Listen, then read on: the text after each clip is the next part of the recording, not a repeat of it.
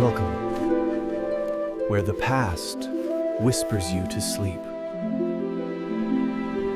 How medieval assassins truly suffered until betrayal changed everything. Is it true that you're so tired you don't want to think about anything anymore? Is it true that all you want is a slow, gentle voice to pull your mind away from the worries that keep running without stopping? If so, just lie still. Don't force yourself. Tonight, I'm going to tell you a strange story, a story that millions believe is frightening, but is, in truth, peaceful enough to lull you into sleep. A story about the people once called medieval assassins. But when we look closely at their real lives, you'll see they were not heroes, not monsters, and certainly not the cold figures that movies portray. They were simply tired souls, living in damp alleyways that smelled of rotting straw, eating meals so poor that no one bothered to notice, and sleeping anywhere they wouldn't be seen. But before I begin, imagine yourself lying in bed, your room dimmed to a soft glow, and the only sound left is your own breathing. Slowing down, take a deep breath, gently, and let the whole day melt away like mist slipping off a rooftop at dusk. Now, let me take you to a distant time, where stone streets glisten with night dew, where oil lamps tremble in the wind, and where a man, the one history calls an assassin, walks slowly as if each step carries a secret no one is allowed to know. No shining swords, no dramatic missions, just a thin cloak, an old cloth pouch, and a heart that beats too fast from fear. People think they lived in darkness by choice, but the truth is, they hid in the shadows because that was the only place they felt safe. And what made their lives feel like hell was not the missions, not the danger, but the suffocating loneliness. The kind of loneliness you can feel even with your eyes closed. Tonight, I'll walk beside them with you very close, so you can hear their breathing when the air turns cold. See them mend an old rope with fingers trembling from hunger. Smell the damp wool of the cloak they've worn for years, and understand that before the betrayal came, they were simply people trying to survive in a world far too harsh. But don't worry. This isn't a story meant to tense you up. I'll tell it slowly, softly, letting each image drift by like sparks fading in a hearth. All you need to do is listen and let your eyelids grow heavy. Now, let's begin. Slowly, like a breath. Take another deep breath, softly, and let the long day drift away like a single leaf falling into the sunset. No more bracing yourself. No more trying to be stronger than you already are. Just lie still and let each muscle loosen. Let your breath slow down like small waves smoothing the sand on a late evening shore. Long ago, before the world grew bright, before the streets were filled with the constant hum of machines, people lived by trades so strange that hearing about them now makes us tilt our heads in wonder. Some earned their living sewing garments for nights, each stitch shaping the fate of the one who wore it. Some climbed the bell tower every day, ringing long notes that awakened the entire village. And some moved so quietly they seemed to vanish into the muddy streets. No one remembered their names. No one knew where they came from. And no one could tell where they went when their shadows blended into the dark. They were not strong like the warriors in legends, not mysterious like the characters in movies. They were simply different. Different in how they rose on cold mornings. Different in how they looked for shelter in long nights filled with mist. And different in how they passed through life without expecting anyone to notice. They ate simple things. Dry bread, a few spoonfuls of thin soup. Sometimes, if luck allowed, a single onion. They slept wherever it wasn't too cold and no one would pay attention. The loft above a stable, under a staircase, or on a pile of old straw still carrying the scent of decaying grass. They waited for the long nights to pass, just to continue their nameless role the next morning. And their world, harsh, but slow, cold and damp, but real, old, yet full of whispers you can only hear when your eyes are closed. Tonight, we'll step into that life, slowly, very slowly, safe as the moment your head sinks into your softest pillow. Imagine yourself walking along a path of soft grass under the moon. The sky a deep shade of blue. A gentle breeze brushing through your hair, carrying the scent of earth and wet leaves. No cars. No buzzing notifications. Only the sound of your own footsteps. And a story waiting to be told quietly beside your ear. We'll meet people who lived in the shadows not because they were frightening, but because it was the only place they could be themselves. You don't need to understand everything. You don't need to remember anything at all. Just let the story carry you, like a nighttime stream floating a leaf slowly downstream.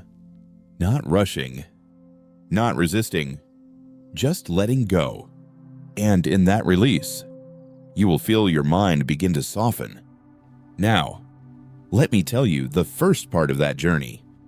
Part of 1, a cold night in a narrow alley. The stone street that night was damp and slick, like a fading piece of memory.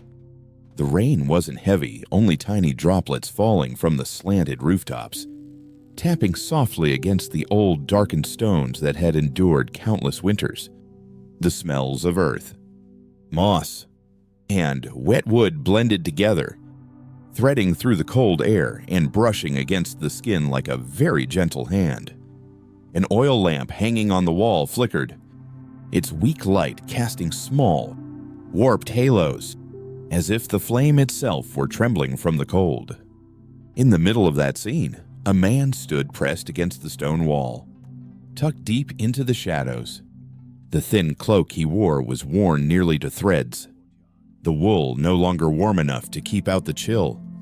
He pulled its edge tighter around himself, his breath turning into pale mist that quickly dissolved into the night. If someone happened to walk by and glance around, they would notice nothing unusual. Just an ordinary man, standing in a corner where every passing gaze would slide past without stopping. But in the medieval world, ordinary was sometimes the best disguise a person could ever have. He stood there without haste, without restlessness, without trying to make himself matter in any way. He simply stood and listened.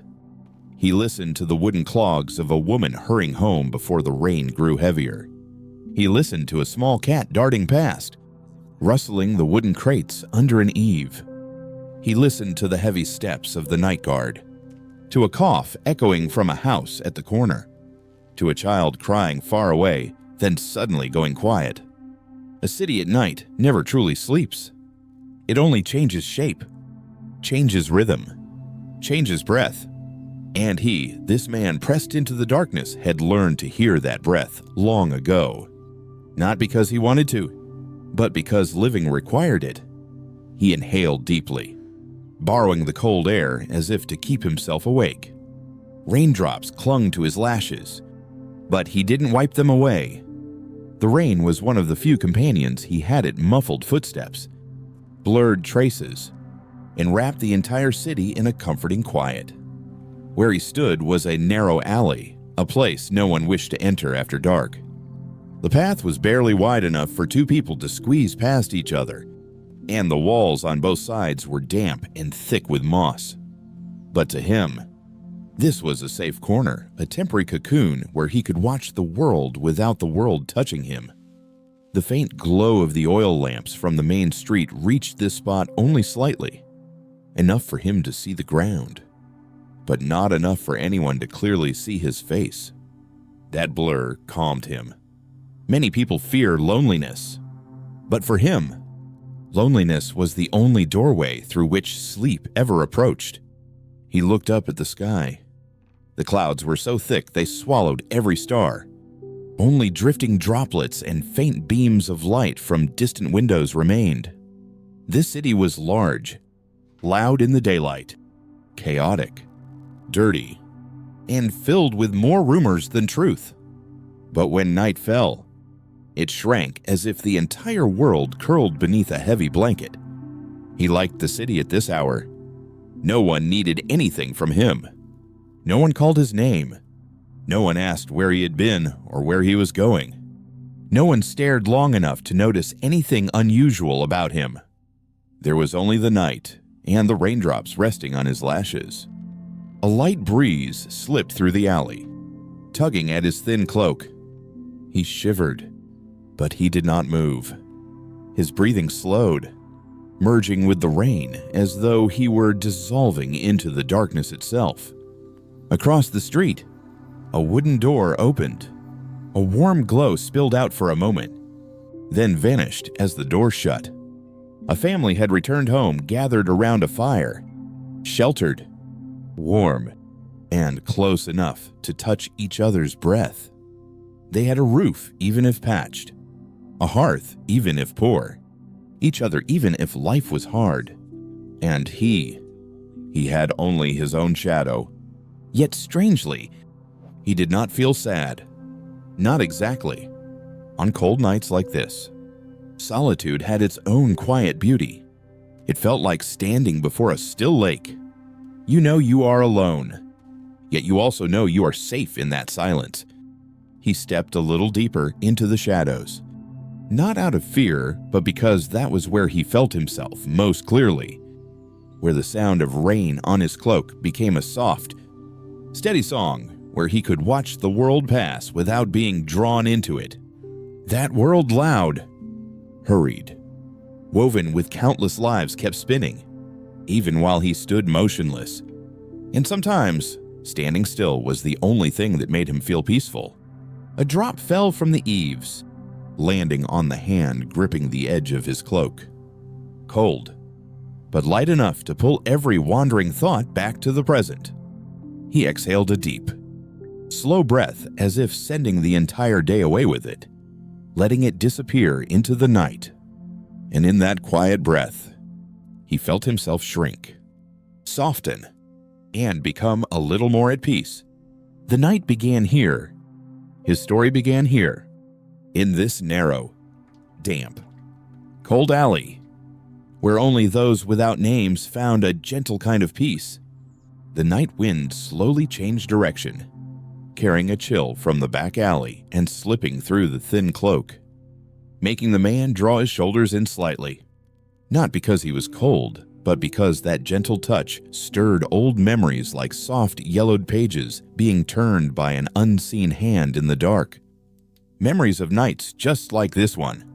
Nights when he stood the same way, quietly watching the city breathe.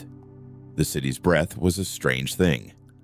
By day, it was hurried and rough, but at night, that breath grew long and low, as if trying to hold people gently in its cold, soothing arms. The oil lamp at the end of the street flickered, reflecting on a puddle beneath it. Whenever the wind blew, the light shifted like a small wandering soul searching for its way home after a long day. He stared at the water, where his shadow stretched into a blurred dark smear. No edges, no definition, just a figure dissolving into the damp stone.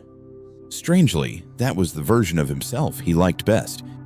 For when someone's shadow fades in water, the world no longer feels responsible for remembering them. And he, a man who lived by vanishing, breathed easier knowing no one was trying to hold his image in their memory. A sigh from someone across the street pulled him back to the present. Behind a thin curtain, a woman was soothing her child, her voice soft, weary, yet filled with tenderness. The child cried for a moment, then grew quiet beneath her gentle rhythm. When the door closed, the warm light receded, leaving only a faint trace of hearth smoke drifting across the stones.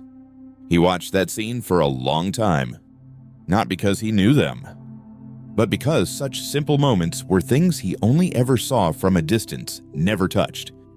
The peace of others sometimes became a strange kind of warmth for those who lived unnamed lives like his. He didn't need to step into it, or claim it, or share it. Just standing nearby was enough for him to feel a warmth he had been missing for a long time. A heavier raindrop landed on his hand, sliding along his finger and leaving a cold trail. He lifted his hand, rotating his wrist slightly, as if trying to feel whether it was a raindrop or a drop of memory. Because sometimes, on nights like this, he felt time was not passing at all. It simply paused, hanging in the air like a lamp flame about to go out, giving him a rare moment to stand outside the world. Water dripping from the roof hit the wooden gutter with a steady rhythm. Tap, tap, tap. That rhythm blended with the wind, with the soft whisper of his cloak shifting as he moved, forming a nighttime melody that only those awake in the shadows could hear fully. He stepped slightly to the side and leaned against the wall. The cold stone pressed against the back of his neck, offering a quiet truth that tonight he was still alive, still standing here, still part of the city, even if he was the part almost no one ever saw. In the distance, the night watchman's wooden clappers echoed steady, like the heartbeat of the city. Each strike traveled down the row of houses, ringing out, then fading, like a reassurance that no matter how harsh life was, the night kept its own order. Hearing it, the man felt his chest lighten, not because he trusted anyone to protect him, but because that sound reminded him his loneliness wasn't the only thing that existed in the dark. A small dog darted out from beneath an old cart, soaked and shivering, shaking water off its fur. It eyed him cautiously, then slowly approached as if trying to decide whether he was safe. He crouched slightly, extending a hand not touching, just offering it to be sniffed. The dog hesitated, then gently licked the tip of his finger before bolting away. That moment, tiny, fragile, warmed him more than any cloak ever could. Because on some nights, a single accidental gesture is enough to remind someone that they are still part of the living world. The rain grew heavier, drumming louder on the tiles in the street. The air thickened, colder but carrying a comforting scent. Trampled wet grass, rinsed wood, and a hint of baking bread lingering from a kitchen that hadn't yet closed. He pulled the cloak closer and tucked his head into the rough fabric like a bird sheltering beneath its wing. From within that cocoon of wool, rain and night. He exhaled long, soft breaths, as though trying to melt himself into the scent of the cloth. The rain and the darkness. His silhouette stayed there, pressed to the wall. Still, yet not misplaced. He looked like part of the wall itself. A stroke of shadow on the street. Or perhaps a quiet sigh belonging to time. And in that nearly touchable stillness, he realized solitude has its own kind of warmth. Not the warmth of a fire or an embrace, but the warmth of something too gentle to ever threaten you. The night was cold, but safe. The alley small, but wide enough for someone to find their own quiet. He closed his eyes for a moment, letting the rain fall on his lashes, letting the wind slip through the cloak, letting the night soothe his mind. And when he opened them again, he knew the journey of this night had only just begun. No hurry, no rush, only slow steps, like a breath. Part 2, poor meals, warm moments. After standing for so long in the freezing alley, the man finally stepped out of the shadows and walked toward a small inn tucked behind the corner of the street.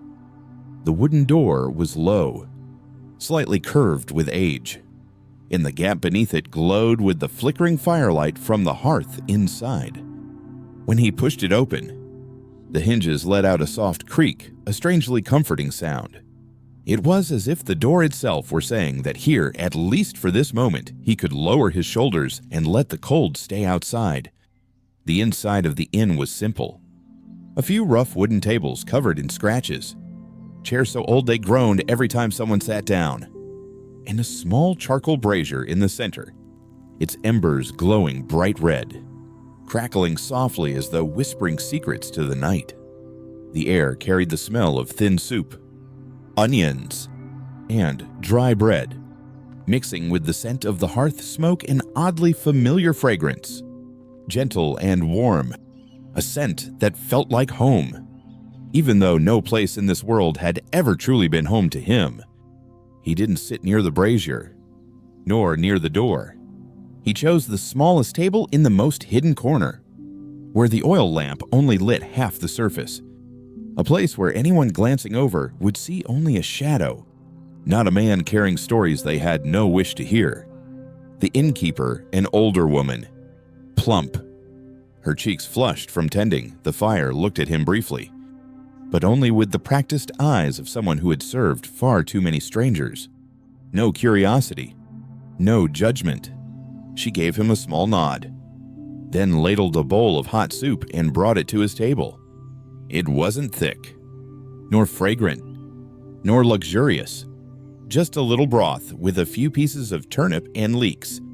But when she set it down, a faint warmth rose from the bowl, carrying the simple scent of vegetables, and immediately warmed the skin on his face.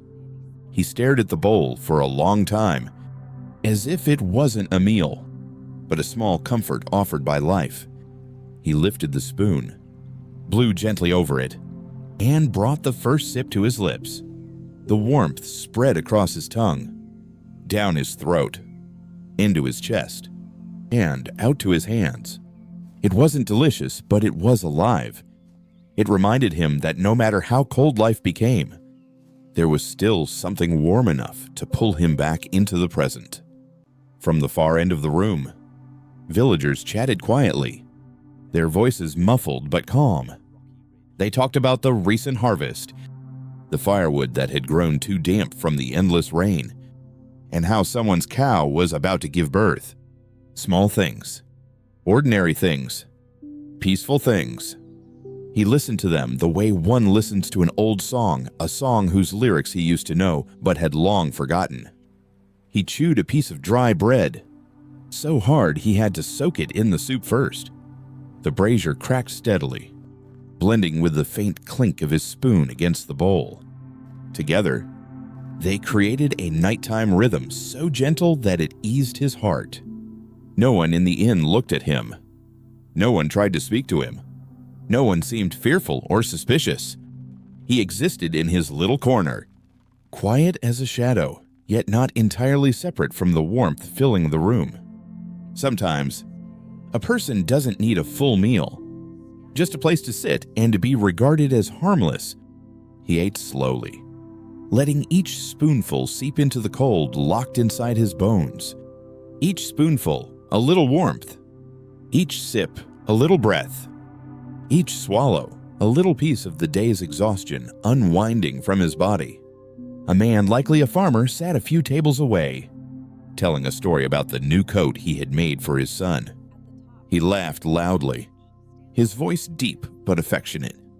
His laughter spread to the nearby tables, making the whole room feel as though someone had placed fresh logs into the fire. And though he didn't laugh, though he stayed silent with his bowl of soup, the warmth of that moment still reached his corner. It felt like standing outside in the cold, and someone cracks open the door of a warm house, not enough for you to enter, but enough to remind you that warmth still exists in the world. He inhaled softly, catching the gentle scent of the soup, a scent so human, so ordinary, that someone as hardened as him could suddenly remember he wasn't always living only in fear or hiding. There were moments, tiny ones like this, when he, too, received a share of the warmth that people in the village shared with each other. He lowered his head and continued eating. The soup slowly disappeared from the bowl. Warmth continued to fill his chest, his throat, his hands now turning pink with heat. From hunger, he shifted to comfort, and from comfort, a slow, gentle release began to spread through him. In that quiet moment, he was no longer the man who hid in the shadows. no longer the one people passed without remembering. He was simply a tired person who needed a bowl of hot soup, and was given exactly that. Outside, the night remained cold, but in this small corner, he had found a place to breathe. The bowl of soup finally emptied. Only a thin trace of warmth clung to the sides of the old ceramic bowl, fading slowly like the breath of someone drifting into sleep. He set the spoon down so gently that it made no sound. His hand trembled slightly, a reminder that all he had eaten the whole day was a bit of stale bread. But now, in this small, fragile moment, the twisting hunger inside him had eased. In the corner of the inn, the brazier glowed deeper, thin rays of light slipping through its lid and bathing the room in a soft, velvety warmth. The innkeeper walked past him, no questions, no curiosity. She glanced at the empty bowl and offered a faint smile. The kind of smile one gives to a familiar guest, even if they've never met before. Sometimes, a smile like that is warmer than the soup itself. He nodded back softly. There was nothing to say. In places like this, words mattered less than the shared breath of the room, the breath of people trying to get through life in their own ways, yet all carrying the same kind of tiredness. He leaned gently into his chair. The old wood gave a small, weary groan. That sound folded into the inn's quiet music. The clink of spoon against bowl. A man coughing lightly. The wind whistling through the cracks in the door. Simple sounds, yet they wrapped around him like a warm cocoon. A group at the next table talked about the next season's crops. Their voices were low, steady, sometimes touched with small bursts of laughter, like a flame flickering when the wind brushes past it.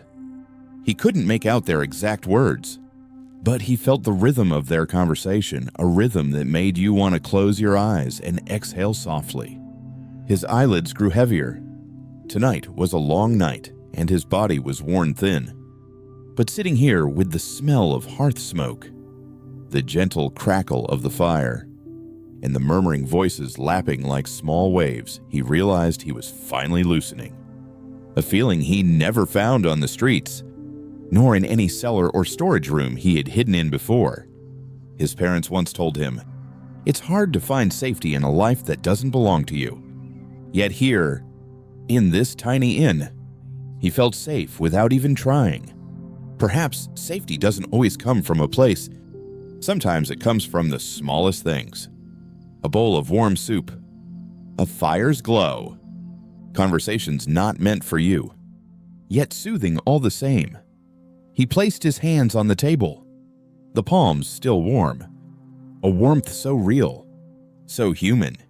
Outside, the rain had returned, tapping gently on the roof as if someone were knocking a soft rhythm to lull the night into deeper sleep. The sound blended with his breathing, making each inhale slower, longer. A child ran past his table, holding a fresh loaf of bread. The little one paused for a second, looked at him with clear, unafraid eyes, then hurried back to their mother. Just a tiny moment, but enough to remind him he was not entirely invisible. Not for those few heartbeats. After a meal like this, people usually stood up and returned to their homes. But he had no home to return to. Still, tonight he did not rush to leave. No dangerous errand awaited him. No one was following him. No mission pressed on his shoulders. Only himself and the rare stillness within these wooden walls. He reached into his cloak and pulled out the last piece of bread from the morning. Not to eat just habit. The hard, dry crumb turned between his fingers. Each rough corner familiar, a tiny thing. Yet it had followed him through many long days. Just like his life course, but still intact, still not swallowed by the world. Outside, the wind bumped softly against the door. A cold gust, but not strong enough to make his heart tighten like it usually did. Because now he knew, once he stepped outside, the world would be freezing again. But for now, warmth lingered here with him. He inhaled deeply, very deeply, letting the scents of soup, of glowing charcoal, of old wood fill his lungs. A long breath, as if drinking in the night's rare peace. Then he exhaled, slowly, so slowly that he felt his whole body grow lighter, almost like mist. When the innkeeper brought more hot water to other guests, he watched the steam curl upward from the kettle. The warm vapor drifted through the air like soft ribbons. That slow movement made him want to close his eyes, just to listen to the warmth floating around him. And in that very moment, he understood something strange. Sometimes a meal isn't meant to fill you. A meal is meant to remind you that you survived another day. And today, he had survived. Without glory, without triumph, with nothing more than a poor, warm bowl of soup. In that quiet corner, he stayed a little longer, his chest easing, his hands unclenching, his whole body softening like the last embers in a fire. One small moment, one small meal, but enough to lay down the weight of an entire day. Here's the English translation: gentle, atmospheric, slow, and fully aligned with the soft, sleep story tone. Part 3, Strange Trades and Simple Tools. After leaving the warm inn, he followed the narrow path that led to an old wooden room tucked behind a row of crumbling houses. That room wasn't his home, it was, at best, the place where he laid down his life for a few hours on nights when the cold wasn't too harsh. The wooden door was dry and warped, long cracks running across it like wrinkles on the face of someone who had lived through too many storms. When he pushed it open, it let out a long, weary creak, as if complaining about being woken. Inside, the room was dim. A sliver of moonlight slipped through a hole in the roof and fell directly onto a low wooden table. On the table lay a few tools: a small, dull-tipped knife, a thin coil of rope, a frayed cloth pouch, and a whetstone no larger than half his palm. To most people, these would look like the tools of someone dangerous. But to him, they were simply the tools of a poor craftsman. Nothing here could make him stronger than anyone else. They were simply the things he needed to survive one day after another. He sat beside the table and lit a small oil lamp.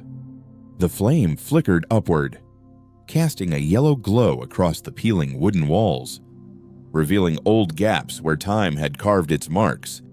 The light was just enough for him to see his belongings, but soft enough that everything seemed wrapped in a haze. It felt fitting for his life, half in darkness, half in faint light. He picked up the knife. The blade was so dull he could run his finger across it without fear. Anyone else would have thrown it away long ago. But he couldn't. Every one of his belongings had earned its right to stay. A dull knife was safer. Safer because he wouldn't cut himself by accident. Safer because he could sharpen it slowly each night, like a quiet ritual that kept his mind from unraveling. He placed the whetstone on the table and drew the knife along its surface, each stroke slow and gentle, like stroking the fur of a sleeping cat. The soft scrape echoed faintly, blending with the wind slipping through the cracks in the door, forming a steady rhythm, a lullaby of simple labor. For that moment, he was no longer someone hiding from the world. He was simply a worker, tending to his tools after a long day. The lamp's glow reflected off the blade, making it shine like a small sliver of moon. But when he ran his finger along it gently, he knew it still wasn't sharp. That was fine. He had the whole night, and in the repetition, his mind grew calmer. After a while, he set the knife aside and picked up the thin rope. The strands had been worn by rain, weakened in several places. He separated the fibers with his fingernail, gently tying each broken spot together.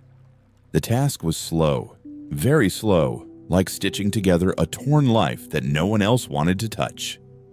He focused on each knot. Not rushing, not annoyed, just patient, the patience of someone who understood that tiny things sometimes mattered more than anything grand. With each knot tightened, he exhaled a little. Each breath made his chest lighter, not because the rope was important, but because doing something simple made him feel normal. Normal, the most luxurious feeling for someone who lived outside the light. In the quiet, the sound of rope brushing against his skin was so soft you'd have to hold your breath to hear it.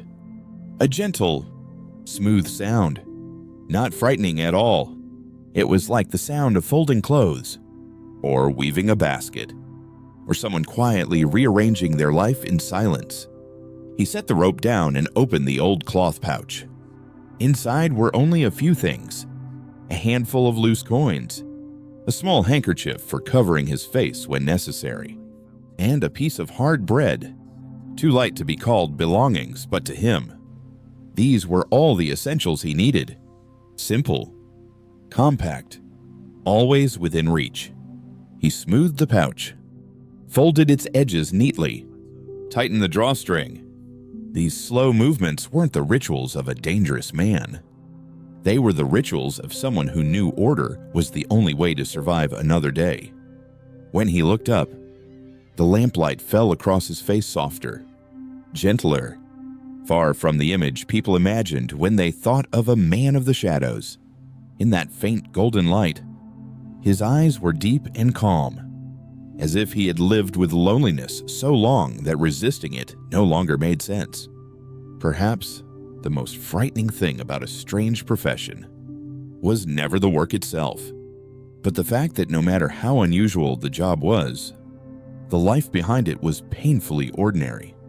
Sharpening the knife, fixing the rope, folding the pouch, repeating it every single night.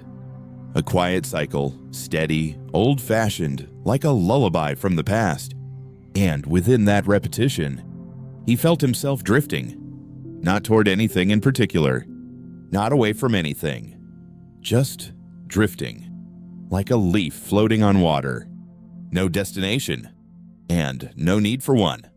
After checking each item with careful attention, he sat quietly before the wooden table for a long while. The oil lamp flickered, its flame sometimes leaning left, then swaying right, stretching his shadow on the old wooden wall until it grew long, then shrinking it again. The small room seemed to breathe with him, sometimes lightly, sometimes deeply, as if it had long been accustomed to his silent presence. He placed both hands on the table. His palms were rough, carrying the faint scent of rope and wood. In the dim light, the calluses stood out more clearly, telling the story of someone whose hands had touched more coarse things than delicate ones. Tiny scars no one would ever notice. Faint tears in the skin, all marks of long days when life gave him no time to think about comfort or ease. Outside the window, the wind blew a little harder. The wooden roof trembled, and a few dry leaves slipped through the broken tiles, falling to the floor beside him. He bent down and picked one up. It was so thin it crumbled with the slightest squeeze. Just like me, he thought, but he didn't speak it aloud. He had long grown used to keeping his thoughts inside. Speaking them only made people see you too clearly. He set the leaf on the table and opened the knife again. The blade caught the lamplight like a thin ribbon of pale glow. He ran it against the whetstone a few more times, not because it needed to be any sharper, but because the motion calmed him. Some tasks exist solely to help a person keep their rhythm steady. Sharpening the knife was one of those tasks. With the steady scrape of metal against stone, he remembered others he had met in rooms like this. The blacksmith from the neighboring village, always standing before a furnace of red fire. The farmers bundling straw after the harvest. The fishermen mending their nets during low tide. Everyone had a rhythm, and in that repetition, each person found a sliver of meaning, even if fragile. He had no furnace, no fields, no fishing nets, only a few simple tools, and long nights to care for them. When he set the knife aside, he turned to the coil of rope he had repaired. He tugged at it gently, testing each knot, then rolled it into a small loop and placed it into the cloth pouch. The slow, orderly movements filled the silent room with a warmth not born of fire, but of quiet, living presence. After a while, he leaned against the wall and looked around the room. Everything was old. The old table, the old walls, the old roof tiles, but that very oldness made this place feel like a resting spot the world had forgotten left behind for those who didn't want to be remembered. A place that demanded nothing, judged nothing, and never asked him to be anyone but himself. The little room hid itself the way he did. Simple, silent, unremarkable, but just enough to get through another day. He stretched his tired legs, hearing the faint pop of a joint. Then he arched his back slightly, his spine easing like a tightened string that had finally been loosened. Bowing his head, letting a few strands of hair fall across his brow, he looked for that brief moment, no different from any laborer who had worked all day and was now seeking a bit of quiet before sleep. The oil lamp crackled softly, then quieted. Its flame shrank, turning the pale gold of old memories. The weak glow touched his face, softening every line, every shadow. The light looked fragile enough to vanish at any second, yet it clung to the wick as if determined to leave a trace of itself. He lifted his hand to shield it from the draft and adjusted the wick. When the flame rose upright again, he smiled faintly, a smile so small no one needed to see it. Sometimes, simply keeping a flame steady was enough for him to feel he hadn't been swept entirely out of the world. He remained sitting for a long time after that, doing nothing, fixing nothing, just letting his eyes rest on the small flame as if looking at something familiar. The silence in the room made his breathing sound clearer. Each exhale was long and soft, as though he were laying every burden of the day on the table beside the knife. The rope, and the cloth pouch. No footsteps outside, no distant chatter, no rain like in the inn earlier, only the quiet beat of his heart and the whisper of the wind slipping through the roof. Out there, people slept beneath sturdy roofs. He slept wherever he could, but the place didn't matter. What mattered was this moment when everything he depended on was in order, when his tools had been cared for as tenderly as he cared for his own weary body. He bent down, rolled the cloth pouch neatly, tied it into a small bundle. The last item was set beside the others, each one a piece of a life so simple it felt almost sorrowful. Not a sharp, bitter sorrow, but a soft, muted one, like the color of old wood darkened by time. But within that sadness, there was peace. A peace that comes only when a person accepts that their life may be small, may be faint but still whole in its own quiet way. His shoulders dropped. His breath softened. His eyes closed a moment, then opened, then drifted shut again. The night itself seemed to close with him slowly, gently. In that old wooden room, the life of the nameless man went on, not through battles, not through dangerous secrets, but through simple tools and a rhythm so gentle it could lull anyone into sleep. Part 4. How the Ones in the Shadows Sleep. As the night sank deeper, the man left the small wooden room and stepped into the darkness of the narrow streets. The rain had eased, leaving only tiny floating droplets that clung to his hair, his cloak, and the cold stones beneath his feet. The city seemed half asleep now, the other half wrapped in a silence so dense he could hear the beating of his own heart. He pulled his cloak closer to his neck and quietly followed a path leading behind the marketplace. There, hidden among crooked rooftops and cracked walls, were places he had slept through many nights. An old grain shed, an abandoned attic, even a horse stable warmed by hay. Tonight, the air was colder, So he chose the old grain shed at the edge of the village, a place no one paid attention to, and no one cared to use anymore. The shed had once stored the autumn harvest, but after years of leaking tiles, people had abandoned it. The wooden door no longer shut properly.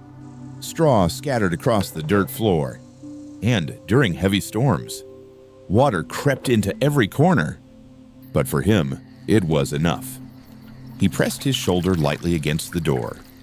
It opened with a long, creaking sigh that echoed through the empty space, like an old friend greeting him after too long. Inside, the darkness was complete, but he knew the layout well, where the driest straw lay, where the wind couldn't reach, where he could curl up unseen. He stepped in, closed the door, and let the darkness wrap around him like a thick blanket. The shed smelled of old straw, earthy, musty, familiar. The scent of rotting wood mingled with damp soil, creating a deep, gentle fragrance, the kind that belongs to places that have stayed quiet for far too many years. The wooden beams groaned softly as the wind passed through, whispering something to the night. He bent down and gathered the straw into a small pile, just enough to lie on. The movement was simple yet strangely graceful, the practiced ritual of someone long accustomed to living in places no one else wanted. He needed no bed, no mattress, only a place where no eyes watched him, where no one called his name. He sat first, then slowly lay on his side. The straw rustled under him, softer than he remembered. Perhaps the rain had been light tonight, so it hadn't soaked through. He pulled his cloak over his waist, wrapped it around his shoulders like a thin blanket. Outside, the last bits of rain tapped gently on the broken roof, forming a rhythm like the heartbeat of the night sky. Occasionally, a drop slipped through a crack and hit the dirt floor with a tiny sound, yet that sound made him feel more connected to the night. He listened to the wind whistling through the door cracks, to wet leaves being swept across the ground, to a horse sneezing somewhere in a nearby stable, to his own breathing growing slower and slower. Sleep, in ancient times, was like this: simple, bare, yet strangely poetic. No soft mattress, no thick blankets, no glass windows to guard against the wind.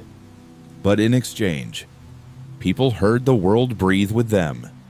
The earth, the wind, the roof above their heads. He curled his knees up to keep warmth inside.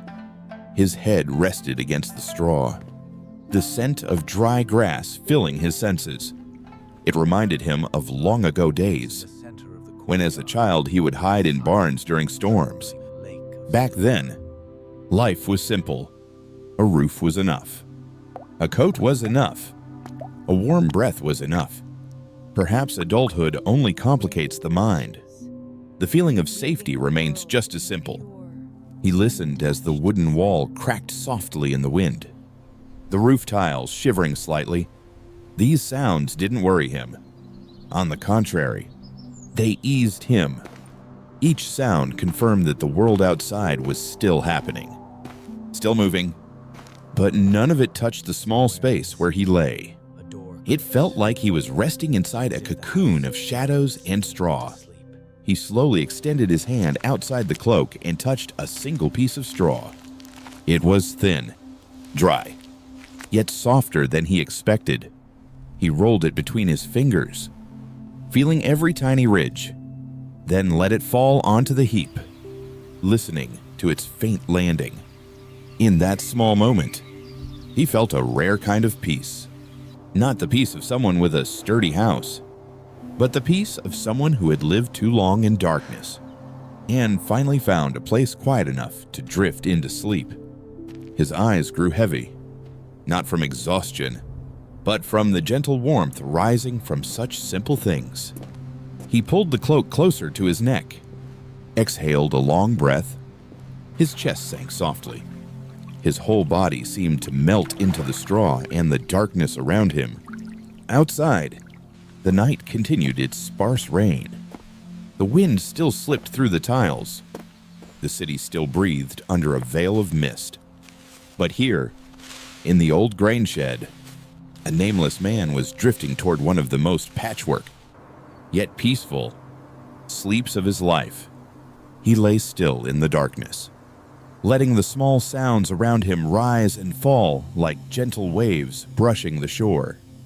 The old grain shed, meant to be nothing more than a temporary refuge, held him more tenderly than any fine room ever could. Here, no one searched for him. No one called his name. No one expected anything of him. And because of that, sleep drew closer. Outside, the wind began to shift. It slipped through cracks in the wooden wall, carrying the scent of damp earth after rain. The cool air touched his feet cold. Yes, but not enough to make him curl up. It felt instead like a quiet hand pulling the last stray thoughts from his mind, leaving space soft enough for rest. He turned his head slightly, letting his temple rest against the nearest bundle of straw. The straw brushed his skin rough, but honest. A simple, old truth, just like his life. No flourish, no complexity, nothing to hide. Just a man searching for a place to sleep for the night. In a world that kept moving but seldom stopped for anyone. The rain on the broken roof began to fall more steadily, drop by drop, like the sky whispering. Tap, tap, tap. The sound was not an annoyance. It was a lullaby. One of those ancient lullabies people had fallen asleep to for thousands of years. In bare huts, thatched cottages, and grain sheds just like this. If someone asked him how many nights he had slept in places this humble, he wouldn't know the number. Every night was a different shelter, a different roof, a different smell of straw, yet the feeling was always the same. The feeling of disappearing from the world for a while. He breathed softly, very softly. The air entered slowly, left even slower, as though he were syncing his rhythm with the rhythm of the rain above him. Each breath became an invitation for sleep to come closer.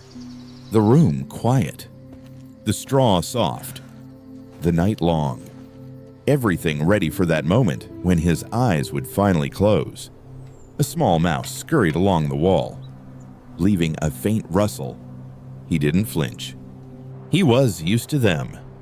These tiny creatures sought warmth in abandoned grain sheds just as he did. They didn't harm him. They simply existed, quietly, unnoticed, the same way he existed. He pulled the cloak a little higher, shielding the shoulder exposed to the draft. The coarse fabric brushed his skin with a delicate warmth.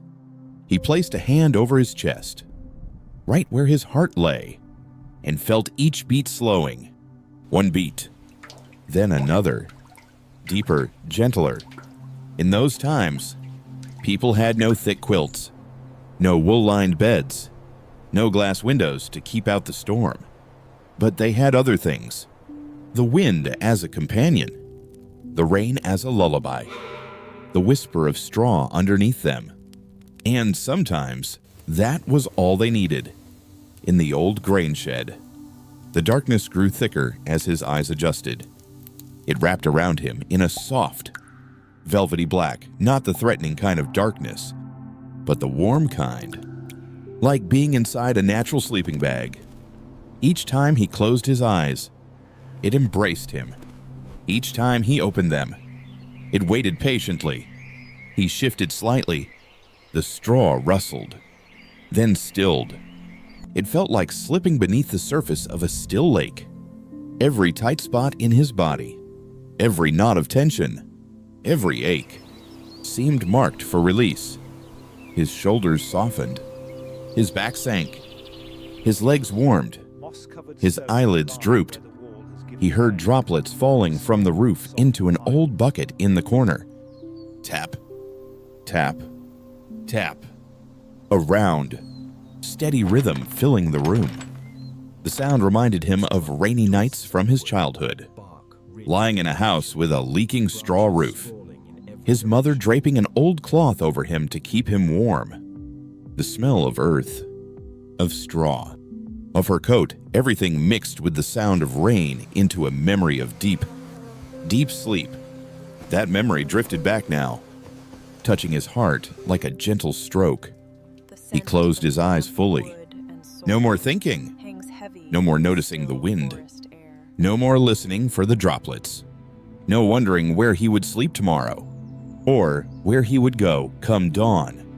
He simply let his body sink into the straw, sink into the warmth in his chest, sink into the rain, sink into the darkness. A darkness as tender as someone's arms. A minute passed, maybe two. He did not open his eyes again. Sleep reached him not like ocean waves, but like the quiet water of a nighttime lake. At first, it touched only his tired feet, then rose slowly, gently, wrapping around his hips, covering his chest like an invisible blanket. He sank deeper.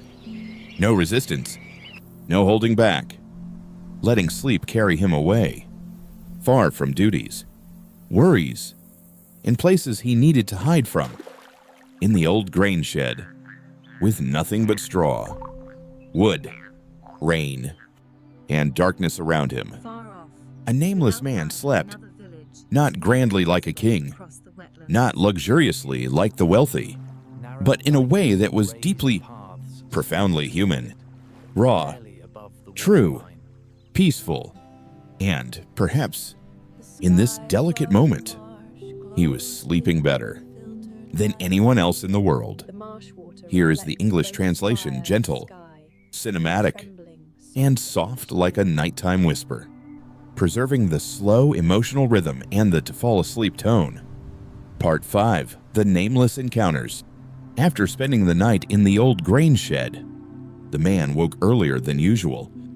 Dawn had barely begun, and the first beads of dew clung to his thin cloak like tiny glass droplets.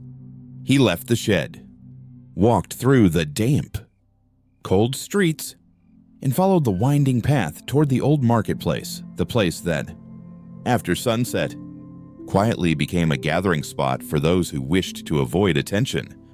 By late morning, he stopped in front of a small tavern hidden behind a wooden sign that looked ready to fall. To anyone passing by, the place held nothing special. Blotched walls, a crooked roof, a window covered with a torn curtain. But those who had lived long enough knew the most worn-out places were often where people came to be themselves unseen, unjudged, unremembered. He pushed open the tavern door. Inside, half was in light, half in shadow. One wall held an oil lamp whose glow swayed as though breathing. The opposite wall was swallowed by darkness, where only the silhouettes of a few figures moved in the far corner. The air smelled of weakly fermented wine, damp wood, and cloaks still carrying the night's dew, all of it blending into the familiar scent of places where travelers and the poor were the only ones willing to enter. He chose the most secluded table, a spot where the light didn't fully reach him. Yet the shadows didn't entirely claim him either. In this time, where you sat told people many things. I don't want attention. I want quiet. I will stay only long enough to leave. Another man sat at the table beside his, a hood covering half his face, a cup of wine barely touched. They did not look at each other. No one studied anyone. That was the rule in places like this. Don't stare. Don't ask. The tavern keeper, a middle-aged man with thick beard and gentle eyes, placed a cup of diluted wine in front of him. The wine here was never strong. It was a light drink, mixed heavily with water, something to warm the throat, not to intoxicate. He bowed his head, tapped the cup once, and took a small sip. The warmth spread from lip to throat to chest slowly, gently. A quiet warmth, not sharp, not rising, just enough to remind a person they were alive. The door opened again. A stranger entered. Dark cloak. Footsteps soft but certain. The stranger didn't look at anyone. He walked straight toward the man's table, and for a brief moment, the entire tavern seemed to pause. Not out of fear, but curiosity. A medieval kind of curiosity, not eager, not excited, but thin as smoke. Why would someone seek out a man who is meant to be no one? The stranger placed a small, folded slip of paper on his table, said nothing, did not smile, did not wait for a reaction, then turned and left so quickly he left only a faint trace of cold air behind. The man stared at the paper. Just a scrap ragged edges, folded once. No seal of a nobleman or merchant. He didn't open it immediately. He took another sip of wine. Let the warmth spread again. Let his heartbeat return to its slow rhythm. Let curiosity settle instead of turning into anxiety. Around him, the tavern's voices softened as though even those nearby sensed the change in the air. Yet no one looked his way. No one turned around. Everyone continued their quiet conversations, tapping fingers on tables, sharing small laughter. The medieval world held many layers, but it wasn't as violent as stories claim. It was like a river. Some places swirled, some places stilled, but most of the time, it simply flowed. Finally, he unfolded the paper. Just a few short words, not a command, not a threat, not a grand secret, simply a note telling him where he needed to be after dark. A location, with no sender, no mark, no sign. He exhaled softly. Not long, not heavy, just the kind of breath a person releases when they realize that even a life as unimportant as theirs still has a place somewhere, even if only for one night. He folded the paper again and slipped it into his cloak. No one asked. No one watched. No one cared. In a tavern like this, the indifference of strangers was the kindest courtesy. He observed the room a moment longer. A couple murmuring softly in the far corner. An old man dozing off at his table. A group of young men splitting a loaf of hard bread. All of it so ordinary that the paper in his pocket suddenly felt like nothing urgent. Just another part of his drifting life. A life that moved from point to point, from street to street, from one quiet moment into the next, silence. He finished his last sip of wine, the cup empty. Its gentle clink on the table sounded like a sigh.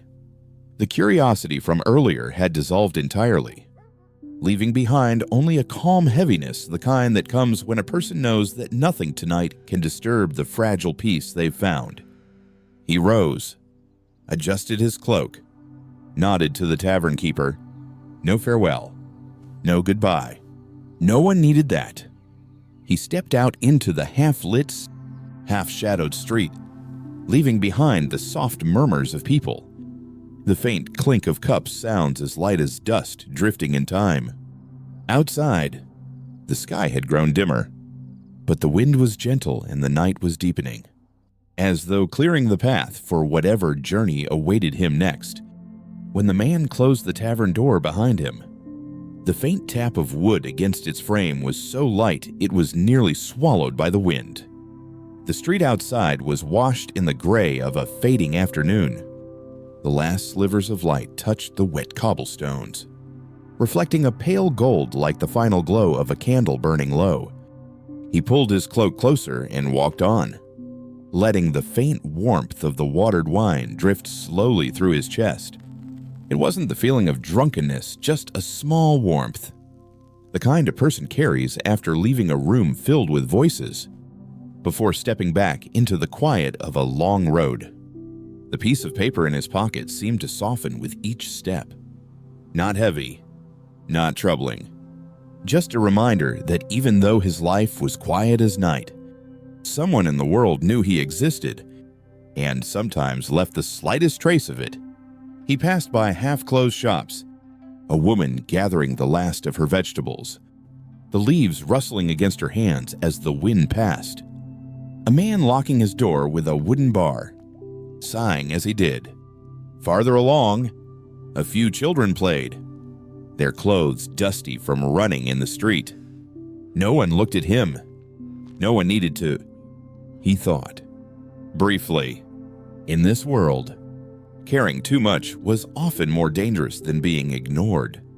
When night fully arrived, he reached the location written on the paper.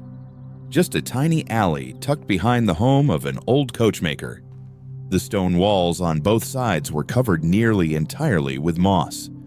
And the smell of damp wood blended with the smoke drifting from nearby kitchens, creating a scent as familiar as the breath of streets that had lived for centuries.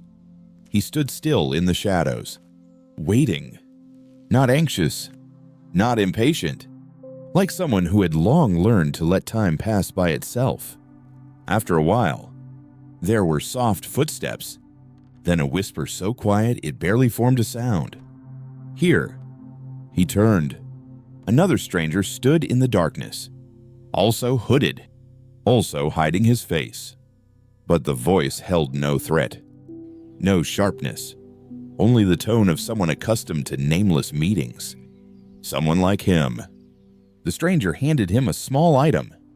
Not money, not a weapon, not a sign of danger, just a tiny cloth pouch containing a few pieces of bread and some herbs. Cold nights on long roads. In case you find no shelter, the stranger said, reciting the sentence like a phrase long memorized. The man nodded. A small, quiet nod, words unnecessary. Such encounters needed no conversation. The stranger stepped away immediately, disappearing into the dark as if he'd never been there. The man opened the pouch. The bread still carried a faint scent of yeast. The herbs smelled like dried mint, the kind medieval travelers used to keep their strength on long roads or when sleeping in cold places. The strangest thing wasn't the gift. It was the meaning behind it. In those times, people didn't give things freely, especially not to those without names, without clear pasts. But sometimes, among the ones who lived on the fringes, kindness arrived very quietly, reminding them they still belonged to the world. If only a little. He tucked the pouch inside his cloak and continued walking. Darkness had settled fully over the houses. Windows were shut, with only thin lines of light escaping through cracks. The road ahead was so silent he could hear the sound of his boots on stone. Thud, thud, thud. A slow, steady rhythm. The rhythm of someone who knew he did not need to hurry. After a short walk, he turned into a small square where an old well stood. Rainwater had pooled on the ground, mirroring the deep violet sky. He sat beside the well and placed the cloth pouch on his knee. From somewhere nearby came music. A string instrument played softly inside a house. Not cheerful, not sorrowful, just a gentle tune, like someone lulling a child to sleep. The sound drifted through the air, slipped into his mind, spreading like a thin veil of mist.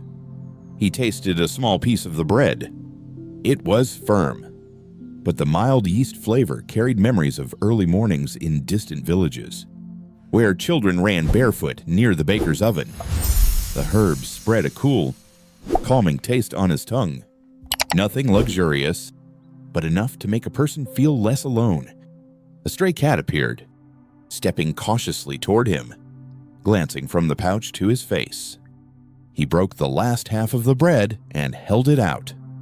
The cat sniffed, licked once, then grabbed it and fled into the shadows. He smiled a quiet, private smile. In the lives of the nameless, there were moments that showed that even if they were forgotten by the world, they could still offer something to another creature, even if it was only a scrap of bread. Wind crossed the small square like a sigh. Lights in distant windows began to dim. Night pulled its dark blanket over everything, covering the world in warm stillness. He stood, brushed the dust off his cloak. No rush, no worry. The encounter earlier, small, silent, Nameless was just part of the medieval world, a world full of hints, signals, stories never spoken aloud, but never as cruel as some imagined. Not for those who knew how to walk softly. He left the square, the wind whispering through the mouth of the old well behind him. In his pocket, the paper and the pouch of bread rested together, two small items, but enough to tell him that tonight he had somewhere to go, something to eat, and a tiny story to carry with him. A journey continued, light as mist, slow as footsteps, deep as a breath released into the long night. Part 6, The Garments of Concealment. Night deepened as he left the small square behind. The oil lamps hanging outside the windows were being blown out one by one, leaving thin streaks of fading light like the last breaths of the day. The night wind slipped through the narrow alleys, carrying the damp scent of old stone and the faint, dusty smell of dry straw. He pulled his cloak closer, but the fabric had grown thin, soaked with the moisture of too many cold nights. It no longer held warmth the way it used to. So he made his way to the old fabric storeroom at the end of the street, a place visited only by lowly craftsmen or wanderers like him. The storeroom sat tucked behind a row of shuttered shops, as quiet as a forgotten box left in a dusty corner. Outside, rainwater shimmered on the warped wooden boards. But inside was a whole world of wool, coarse cloth, cloaks, leather straps, and things no one cared about except people like him. He pushed the door. It opened with a soft creak, as though exhaling after being pressed by the wind for hours. Inside, the glow of a single oil lamp fell over large rolls of fabric stacked in uneven towers. None of them were beautiful, none vibrant. Just browns, grays, blacks the colors of earth, of stone, of shadow. The smell of damp wool rose the moment he stepped in, familiar enough to slow his heartbeat by a single quiet rhythm. Not a fragrant smell, but one that held a strange sense of shelter, as if each bundle were a blanket meant for someone wandering through a cold night. He ran his fingers across the nearest roll of cloth. The fabric was rough, uneven, but softer than what he was wearing. As his fingertips touched the frayed edge, a faint shiver traveled up his hand, not from warmth, but from recognition. A good piece of clothing could save a person from a night of cutting wind. He chose an old cloak hanging in the corner. It wasn't new, but the seams were still strong, dark brown, slightly blotched as though it had seen many rains. He tried it on. The fabric fell over his shoulders, heavier than his old cloak, but with a reassuring weight, the kind of feeling someone who lived in the shadows often lacked. He moved a little. The hem brushed against itself with a faint whispering sound. Too loud, he thought. A sound like that could be noticed in narrow alleys. He took it off and chose another. This task, choosing clothes that made no sound when he moved, might seem strange to others, but for him, it was simply part of a practical, ordinary life. He tried a second cloak, ash gray, thicker fabric, a deep collar, soft leather ties. When he shifted his shoulders, the cloth slid over itself silently, quiet as breath. Better, he tugged gently at the strap, testing the knot. The leather was old, but still supple. When he pulled, it made a tiny, muted sound, so soft only he could hear. Again, he lifted his arm, bent forward, turned his shoulders. No rustle, no scrape of fabric, just stillness, like a natural extension of the night. He placed his hand over his chest, feeling the weight of the new cloak.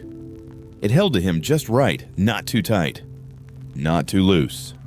A presence that was quiet, but steady. Some things in life did not need to be beautiful, did not need to be impressive. They simply needed not to betray you when you moved in the dark. After a while, he chose a thin scarf, pale in color, to wrap around his neck.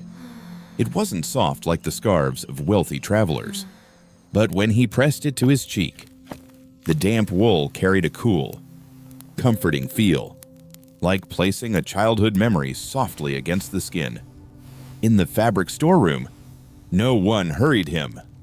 No one waited. No one watched with judging eyes. Only the silent towers of wool stood there, patient witnesses to hundreds of winters.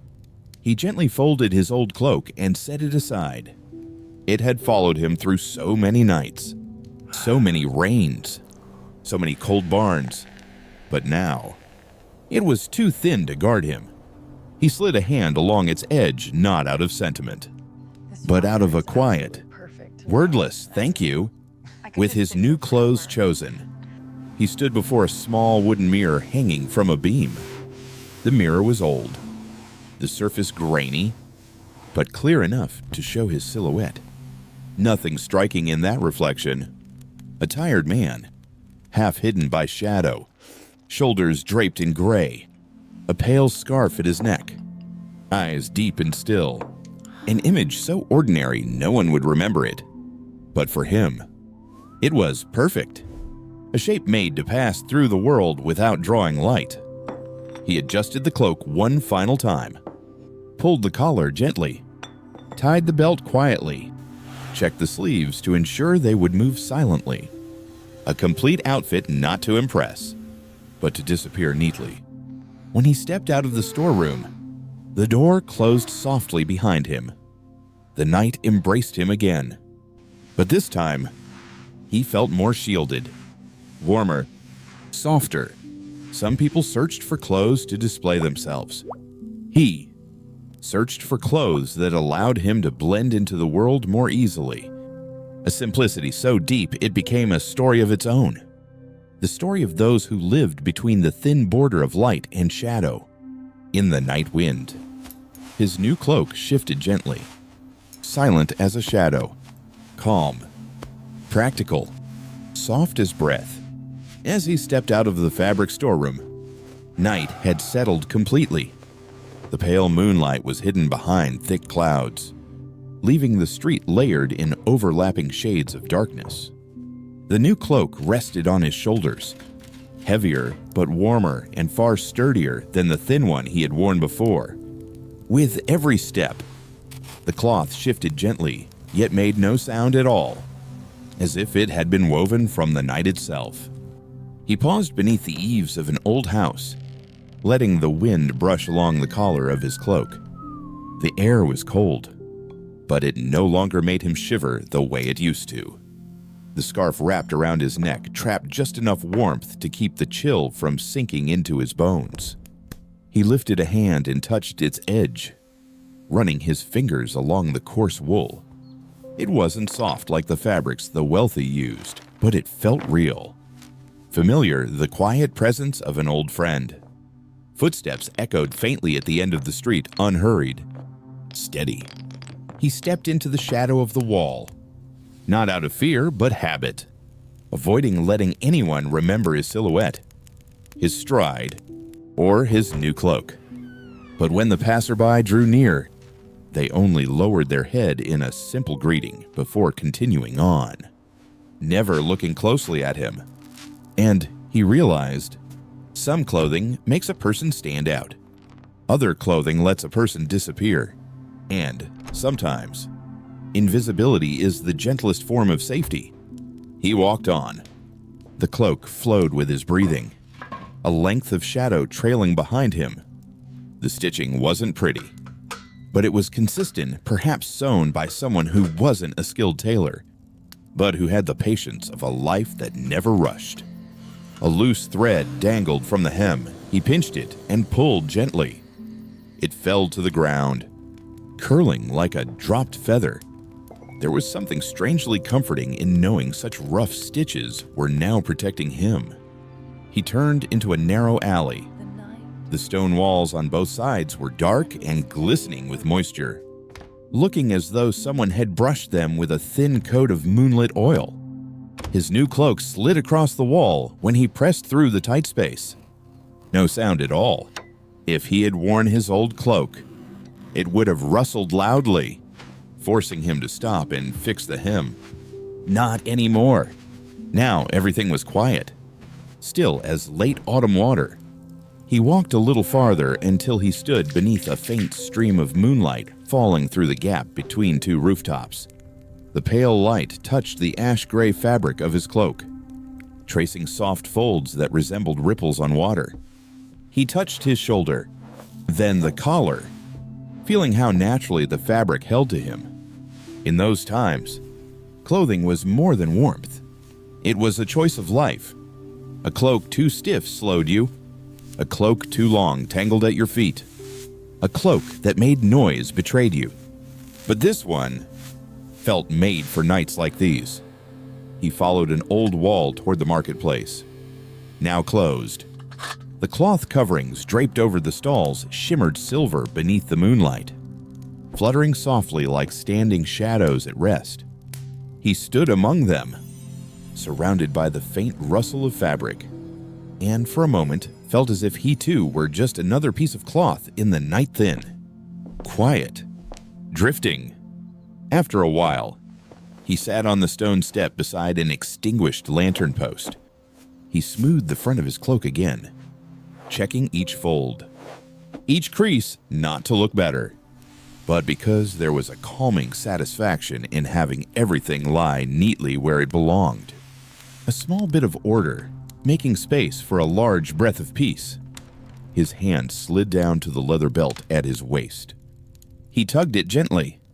The strap slipped through the loop without a sound. He released it.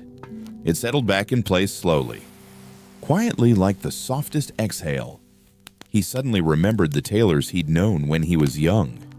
Men and women who sewed clothes for farmers, charcoal sellers, night watchmen. None of them made garments for feasts. Their clothing was meant to move through daily life, to block wind, to free the hands at work. Simple, useful, honest. His cloak was one of those, a garment with no grand story, no noble owner, yet now part of the small life he was trying to hold together. The wind shifted, lifting the hem of the cloak. He breathed out lightly, as if answering it. The breeze lifted the hem again, then let it fall, as if the night were testing whether this piece of fabric belonged to it.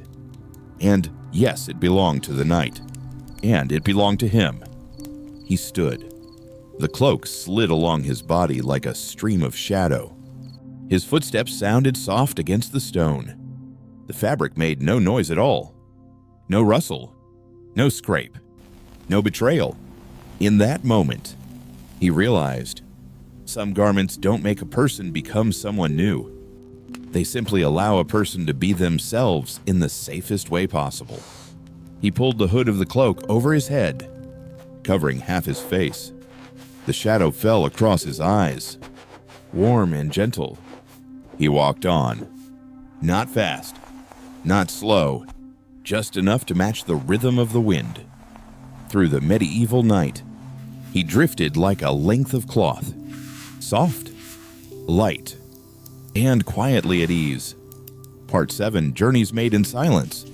Night settled over the mountains beneath a veil of mist so thin it was almost invisible, felt only when it brushed the skin like a quiet breath. The man stepped onto the narrow dirt path climbing along the mountainside, where stones half hidden in the soil had grown slippery after the early rain. The moon was not full tonight, just a curved sliver of light, like a fingernail someone had clipped and forgotten in the sky. But that small crescent was enough for someone who knew how to see with both eyes and instinct. He placed each step slowly, not leaving deep prints, not making loud sounds, not disturbing a night as still as a morning lake. Somewhere nearby, insects called in rhythmic pulses, tiny points of sound pinned gently onto the darkness. They did not drown out the whispering wind sliding through leaves, nor the soft shift of soil under his feet. Every sound existed in just the right amount, as though the night itself was adjusting each detail to make his journey feel complete. For the first time in many years, he felt like he was walking and not running. No one was following. No one was expecting him. No one waited at the end of the path. There was only him and a world breathing long, gentle, quiet breaths. He lowered his gaze to the shadow stretching along the ground. His silhouette blended with the shadows of the trees, the stones, the curves of the road, emerging not born of effort, but of nature. People like him belonged to darkness in a way that looked effortless. He paused, listened to the wind. Mountain wind at night was not harsh. It carried the damp scent of earth, the smell of decaying leaves, the cool breath of stone. When it grazed the fabric of his cloak, it made a sound soft as fingers brushing a long thread of cloth. He turned his face toward the wind, closed his eyes, letting the cold settle gently on his eyelids. A small moment of freedom, the kind that people who lived in hiding rarely felt. He opened his eyes and walked on. The higher the path climbed, the narrower it became, sometimes allowing only one person to pass. The forest leaned in from both sides, branches interlocking overhead like the ribs of a natural archway. Moonlight trickled through the leaves and fell as little specks of light, like grains of salt scattered onto the dark earth. Each time he passed, those tiny lights shimmered, then quietly faded, as though whispering a greeting. At a tight bend, he paused to listen, not from fear, but from habit. The insects fell silent for a heartbeat, then resumed. No footsteps, no snapped twigs, no unfamiliar breaths. Only him and the rhythm of the night. He breathed softly, a deep inhale, a breath that expanded his chest and loosened his mind. Then he continued. After some time, he reached a clearing that opened to a view of the valley below. Moonlight reflected on the water down there, turning the valley into a pale, cupped hand holding the sky's faint glow. He looked down, and the feeling of smallness that washed over him did not sting, it soothed. It was a humbling kind of peace, perhaps only during quiet journeys like this. Did he feel truly connected to the world? No one knew his name. No one called him home. No one wished for his arrival. And yet, among mountain paths and soft insect calls and moonlight, he didn't feel like someone forgotten by life, but someone gently kept by the night. He climbed higher. The ground grew firmer, the soil drying, his steps slipping less. His body warmed from the steady movement. The cloak wrapped around each motion, making no sound, never hindering, almost like an extension of his own shape. At one point, he passed a cluster of large stones. The wind there blew stronger.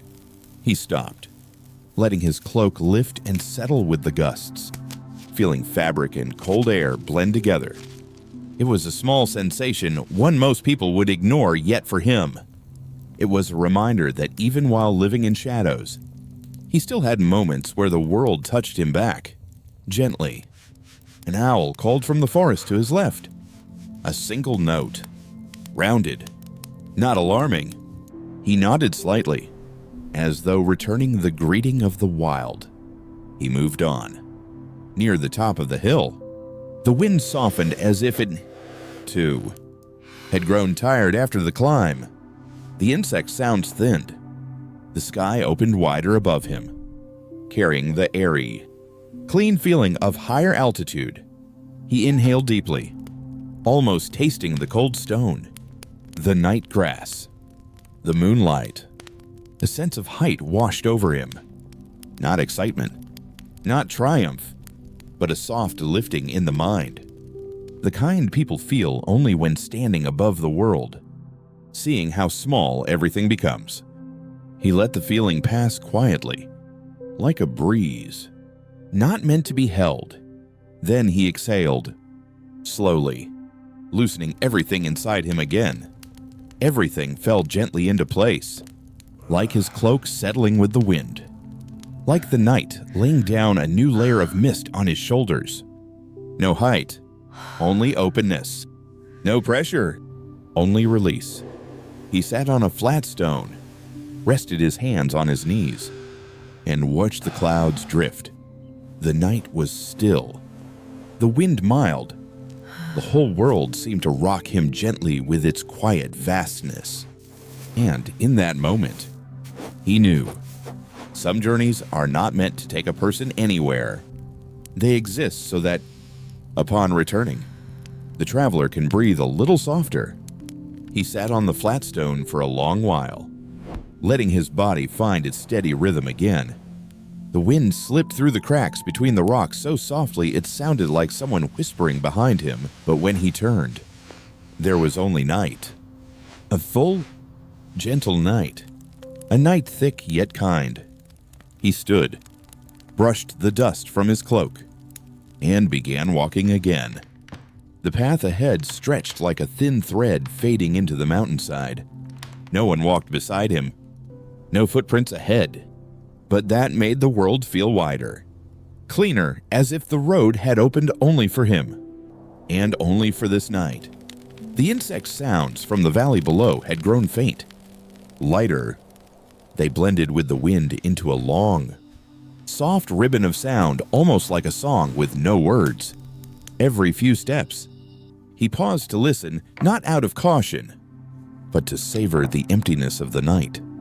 An emptiness that was not frightening, but soothing. Like the blank space in the mind when heavy thoughts finally dissolve. He walked past a large fallen tree trunk. Moss lined its length, soft and damp. He placed a hand on it. Cold but not sharp. It was a rounded kind of cold, like a stone kept in shade for many years.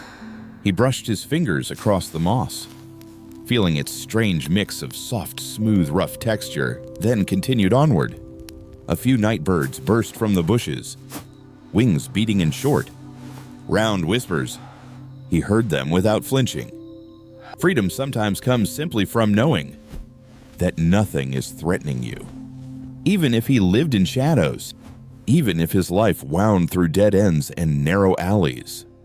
His steps tonight carried a lightness that surprised even him. No one watching, no one trailing behind, no hidden signal in the dark. Just walking.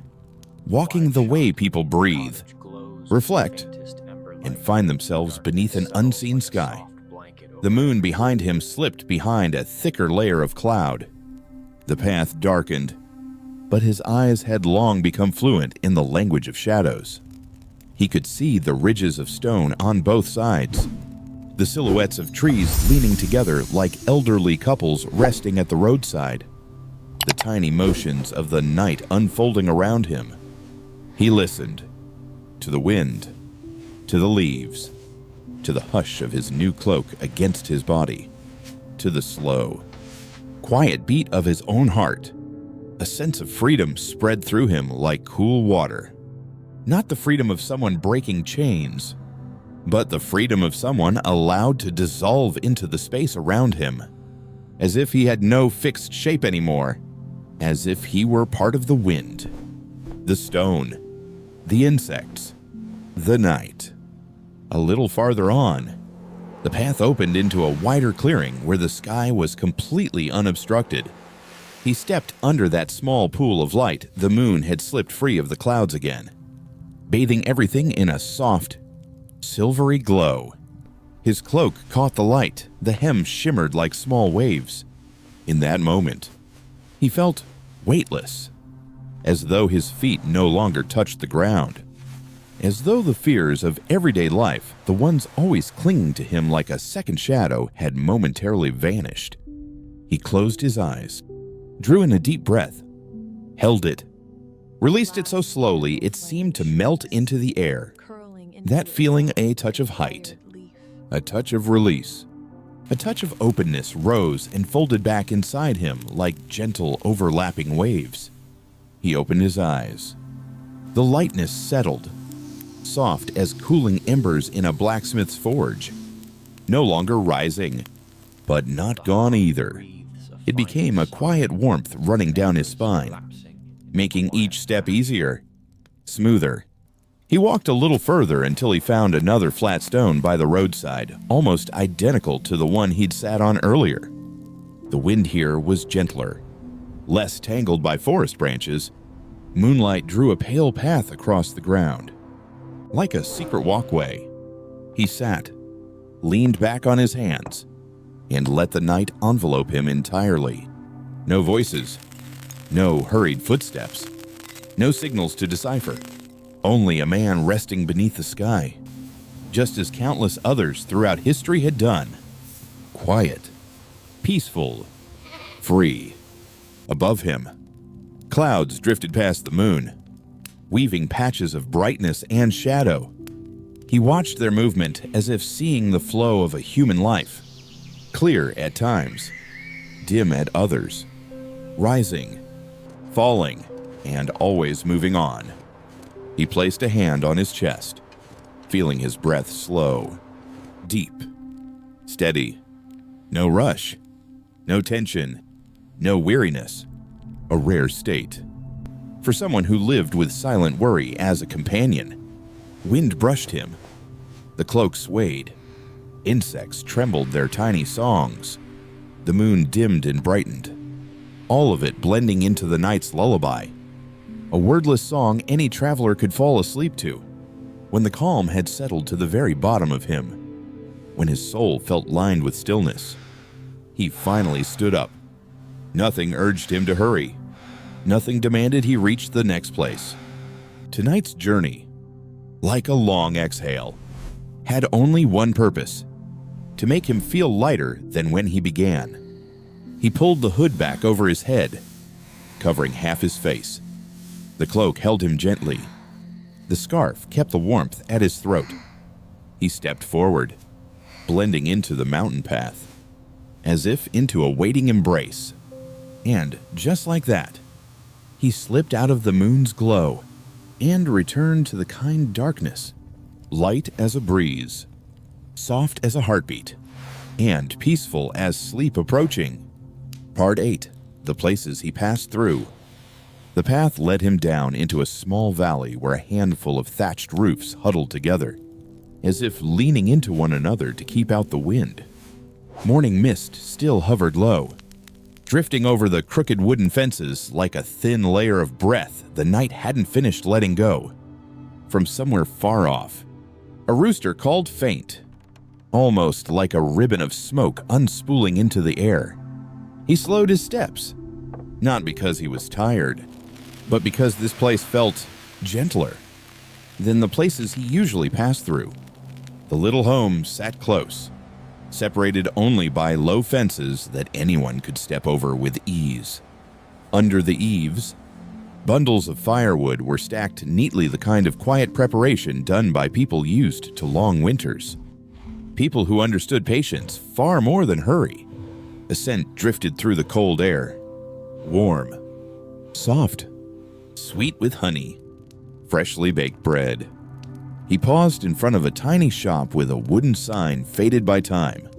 Even though the shutters were closed, he could still hear the sound of a spoon touching the side of a pot, someone stirring something thick and warm inside.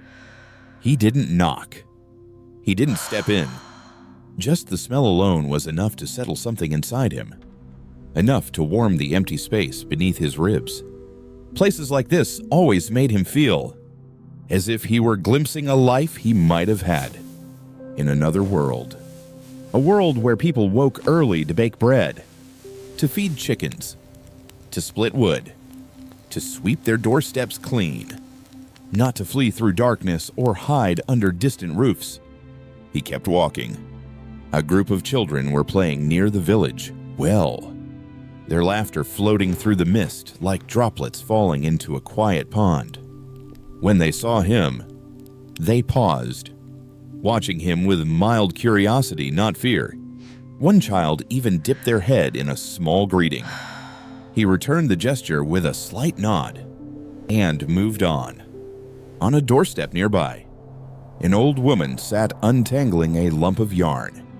Her hands trembled just a little, but her movements stayed steady, patient. The kind of rhythm belonging only to someone who had lived long lives without rushing. She looked up as he passed and smiled at him, as though she recognized an old friend. Despite never having seen him before, the smile made him pause inside, just for a breath. There was something quiet in it, something kind, as if she understood that anyone passing through this village carried a story, and that every story deserved a gentle welcome. He continued down the dirt path into the small market. Only a few stalls were open. A vegetable stall, a fish stall, a stall of bread and eggs. The air was soft, morning soft, the kind of softness that made people speak quietly, so they wouldn't break it. He stopped in front of a stall selling honey bread. The woman there was arranging the warm loaves on a cloth, round, slightly cracked at the edges, still releasing delicate wisps of steam. Seeing him, she smiled kindly. "Long road. Traveler, take one to warm your stomach." He said nothing, only placed a few coins on the table. She pushed some of them back. "This is enough. People who travel at night should keep their strength." He accepted the bread with both hands, as if it were something fragile. The warmth seeped through his fingers, up his arms, all the way into his chest. He took a small bite. Soft, light, sweet in a way that didn't overwhelm, the kind of sweetness that tasted like morning itself. He walked to the stream behind the market, where water slid slowly over smooth green stones. The water was so clear he could see every thread of moss beneath it. He sat on a flat rock, the bread beside him, letting the breeze carry the scent of honey into the air. Here, he didn't need to be wary. He didn't need to hide. He didn't need to keep his back to a wall or measure the footsteps around him. He simply sat, the way villagers sat every morning of their lives. The sound of the water was steady, like a long, quiet lullaby. Leaves drifting from the wooden bridge above landed on the surface with barely a ripple. He heard someone leading cattle to the stream. Bells chimed softly, slow and calm. The herder walked past him, nodded, then continued guiding the animals to drink. No one asked who he was. No one examined him. No one cared why he had come. In places like this, people didn't need to know much. It was enough to know that you were passing through their life, and they, with their gentleness, were willing to offer you a little warmth as you passed. He closed his eyes for a few seconds. It felt as if he were floating inside the quiet life of the village. A life so simple, so safe, that he could almost imagine himself belonging to it. A rare feeling, a thin, fragile thought rose in him. Like smoke. If only my life could be this simple. But when he opened his eyes, the stream kept flowing, carrying the morning with it. He knew he would move on again, not because he was chased, not because he had to hide, but because that was simply the shape of his life. Walking, disappearing, walking again. Yet places like this, small gentle villages, quiet greetings, bread shared without questions, always left a soft warmth inside him, a warmth like a small flame, keeping the night from getting too cold. He stood up, brushed the dust from his cloak, ate the last bite of the honey bread, and, with slow, quiet steps, he left the stream behind, carrying with him the lingering sweetness on his tongue, as if the village had whispered a tender farewell, leaving the stream behind. He walked deeper toward the far end of the village to where a narrow dirt path ran between two thin rows of trees. The morning mist had begun to thin, and the early light brushed everything with a pale gold. as if painted on with the softest tip of a brush. The air here was so gentle that every breath felt cool inside his chest. The path opened into a small clearing where several wooden barrels stood side by side. A middle-aged man was sweeping the ground with a straw broom. The sound of its swish was steady, quiet, almost like a lullaby being hummed without words. When he noticed the traveler passing by, the man simply smiled and moved the broom aside so he could walk through. The traveler nodded back. Nothing more. No greeting. No questions. Yet the moment carried a soft sense of permission. Permission to pause. Permission to breathe. A little farther on, he came upon a small wooden cart covered with coarse cloth. Beside it, a young woman was tying bundles of dried herbs. Their scent drifted gently into the air, dried thyme, mint leaves, and a kind of cleansing grass used long ago to purify homes. She looked at him for a brief moment, then picked up a small bundle and motioned with her hand. Long road, isn't it? Take this, it helps you breathe easier. He almost refused, but her smile was calm, clear, and quiet as river water. So he accepted it. The soft twine around the herbs brushed his fingertips like a thin thread of breeze. He walked on, the fragrance slipping into his cloak, blending with the smell of earth and early morning small things gathering into a rare pocket of gentleness he could carry with him. Soon he passed a wooden house with its window wide open. From inside came the rhythmic creaking of a spinning wheel. He glanced and a weaver was working, the spindle turning like a tiny circle of light. Sunlight touched the strands of thread, making them shimmer like threads of sky caught in motion. The weaver didn't look up, but spoke in a voice just loud enough to be heard. Cold night last night. You must have come a long way. Without waiting for a reply, the weaver placed a piece of dry bread and a clean cloth on the window's edge. In case you need it. The wheel resumed spinning as if the act of offering kindness was just another stitch in the rhythm of their day. He didn't take both items, only the cloth small, but clean, and carrying the faint scent of sunlight. He left the bread where it was. He had no wish to take more than he needed. Something about this place made him softer toward himself, almost unknowingly. He kept walking toward the edge of the village, where a small wooden bridge crossed a narrow stream. The bridge was old but carefully repaired. The boards creaked under his weight, not in warning, but in a voice like an old storyteller. Rough, slow, but whole. Beneath the bridge, the water mirrored the sky. Dry leaves floated along the current, spinning slowly as if searching for their own direction. He placed his hands on the rail and let the cool breeze from the water brush the collar of his cloak.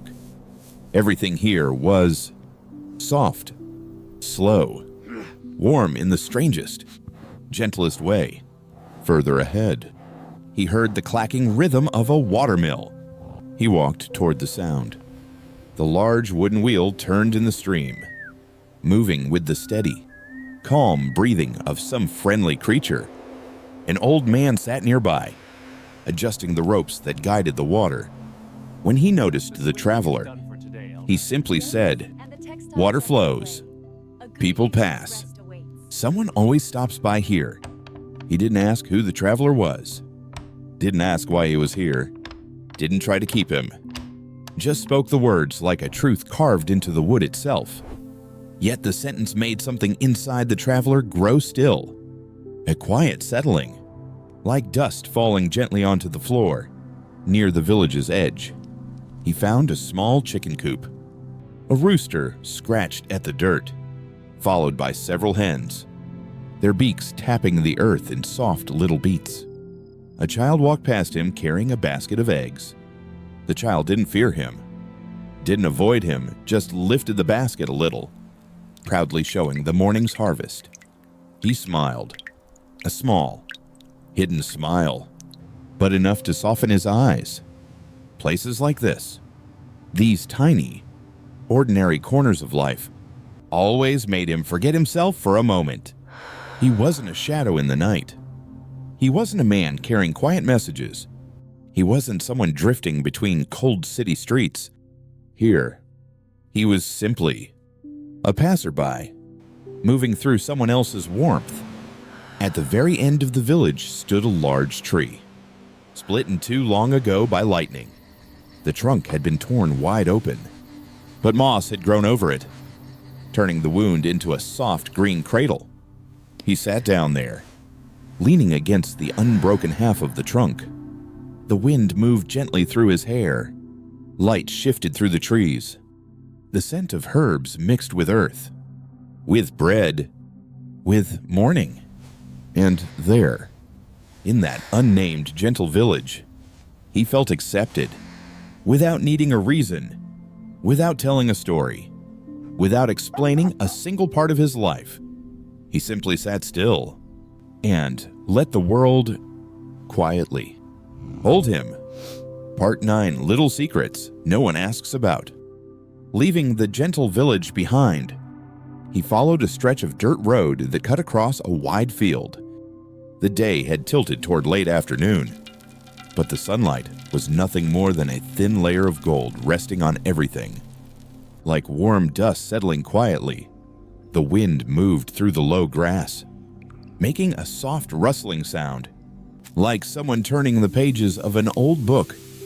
No more voices, no more watermills, only the field, the wind, and his steady footsteps. Anyone watching from afar would have thought he was simply a tired traveler. No one would guess that inside his cloak were small folded papers, fragments of messages with no beginnings and no endings, things handed to him without names, without explanations. Inside his cloak were small folded papers, fragments of messages with no beginnings and no endings, things handed to him without names, without explanations. But today, with the world so still and smooth around him, even those papers felt lighter. He passed over a patch of soft earth.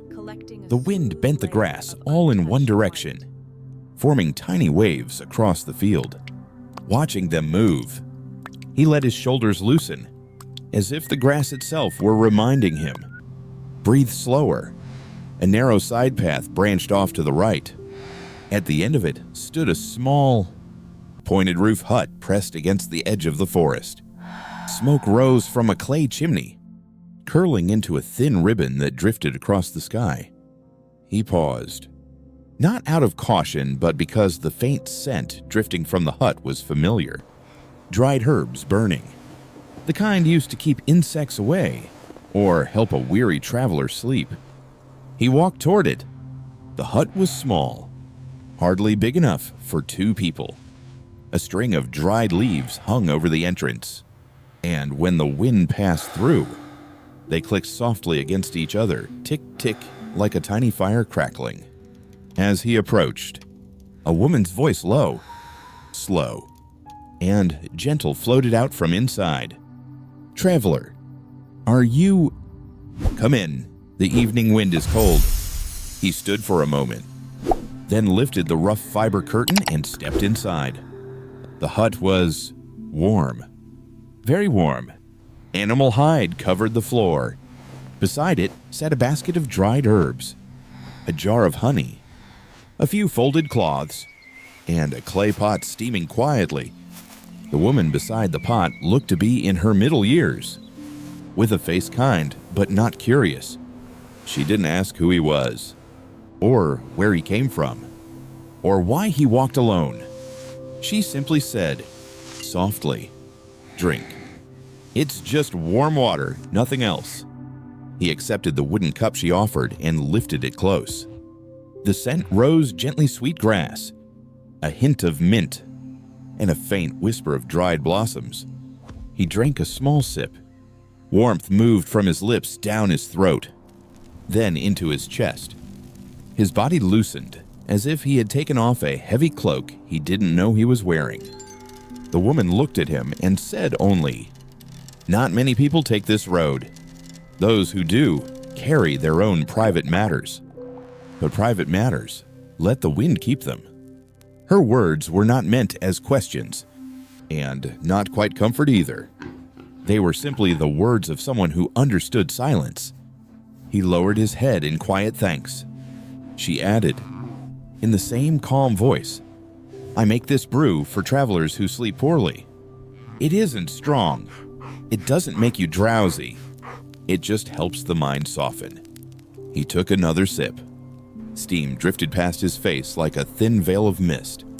Above him, a pale band of light shone through the roof, catching the rising steam and making it look like threads of silk floating upward. After a long pause, she asked, not expecting any answer, do you ever grow tired on all these roads you walk? He looked toward the hut's entrance, where the evening light came in a narrow beam. He didn't answer. He didn't need to. She didn't wait, just nodded slightly, as if she knew that anyone who travels alone has roads longer than necessary. He placed the cup down beside him. His chest felt quietly cleared, like a pond after its ripples have finally smoothed out. After a few minutes, he rose to leave. The woman handed him a small cloth pouch. Just some herbs. When sleep feels far away, breathe it in. He accepted it. The pouch was soft, light like it had been filled with the memory of summer grass. Not valuable, but warm. She didn't watch him go. She simply returned to stirring her pot. The soft swirl, blending with the sound of the wind outside. Like a lullaby spoken in another language. Outside, the sun was sinking lower. The gold light stretched across the field like a sheet of silk. He held the herb pouch close to his face. Its scent drifted through the air like a breeze passing over a lakeshore light. Clean. Not lingering, but enough to let his mind fall one small step deeper into calm. He continued walking. The field stretched on. The sky deepened. And on that quiet road, with the smell of earth and evening around him, he felt as if every little secret he carried was dissolving into the dusk. There are secrets no one asks about. No one knows. No one needs to know. And because of that, they grow lighter, softer, easier to carry. He walked farther from the hut, his shadow stretching across the ground like a slow thread drifting away from the old, quiet page of the world. When he left the herb hut behind, the evening wind softened, brushing across the wide field as if it were trying to smooth the fabric on his shoulders with a single gentle touch. The last traces of sunlight stretched along the horizon, a thin strip of brightness like the hem of a silk robe pulled long across the sky. He walked slower now, not from fatigue, but because the quiet drifting in the air felt too delicate to disturb. Inside his pocket, the small pouch of herbs still released its faint scent. Every time he moved, it drifted out a little, then dissolved into the wind. It wasn't like the sharp scent of forest plants he had known. It was rounder, softer, like the smell of a summer evening from a memory almost forgotten. He touched the pouch lightly, not to check it, but to feel its warmth. Sometimes, the smallest things helped a person breathe easier more than any fire could. The road curved into a sparse forest. The trees here weren't tall or thick. They let the final light of day fall through in patches, laying soft, uneven patterns on the ground like a cloth someone had spread out without smoothing the wrinkles. Each step he took pressed the dry leaves into a soft crunch, the kind of sound that felt more like early morning sweeping than something that should wake fear. In the middle of the forest, he came across a large stone covered in green moss. The moss looked like a thin blanket. He stepped closer and placed his palm on its damp surface. Cold from the stone seeped into his skin. Warmth from the herb pouch moved outward. The two sensations met in the middle, half cold, half warm, half real, half dream. A small moment.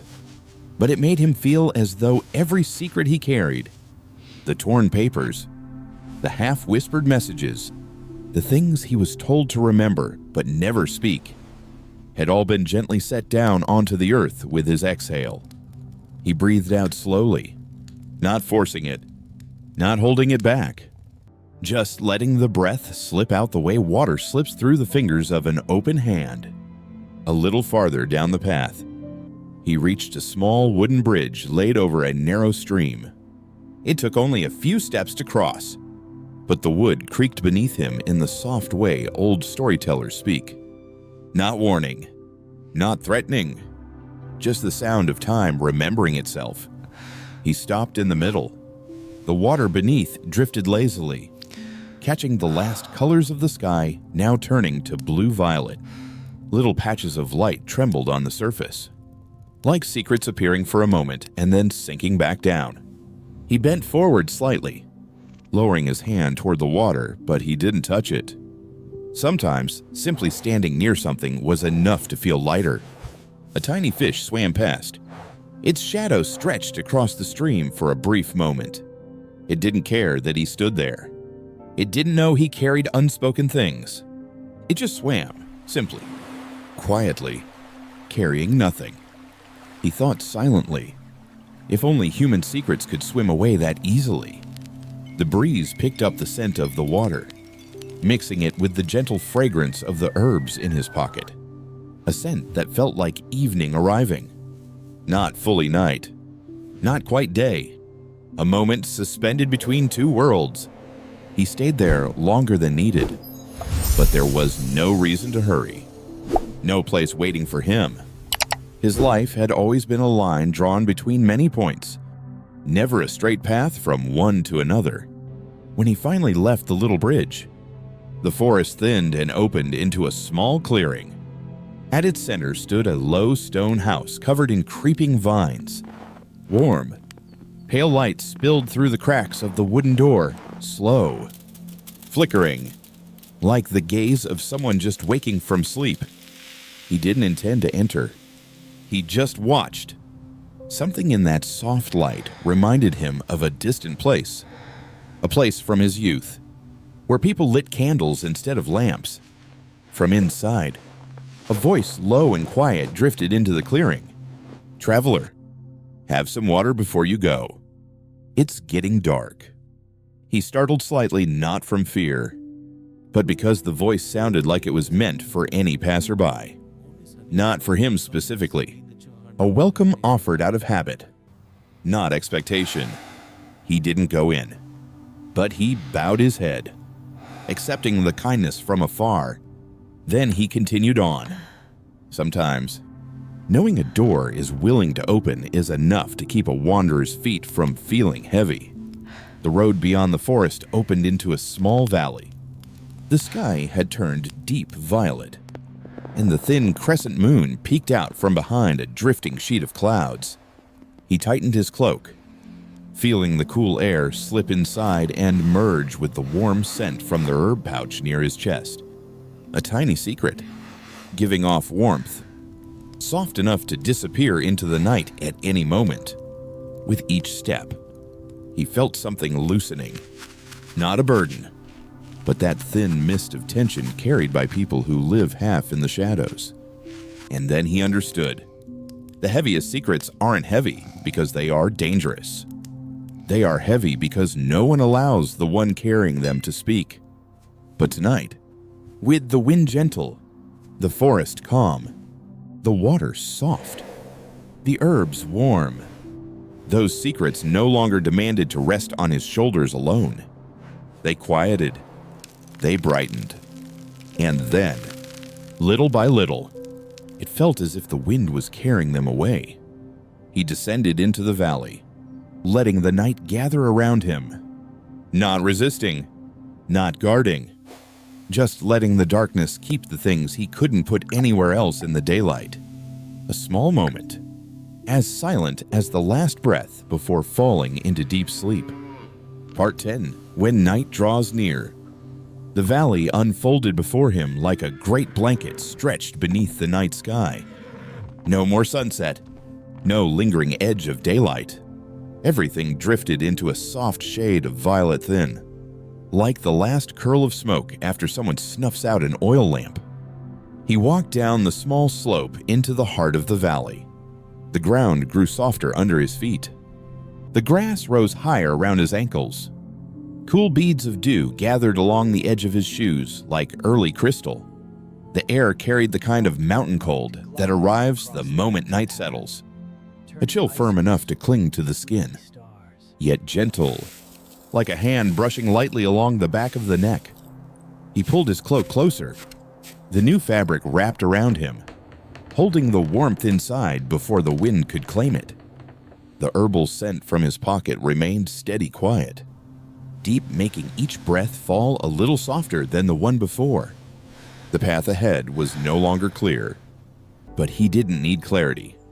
People like him had learned to walk by instinct, by rhythm, by the gentle rise and fall of their own breathing.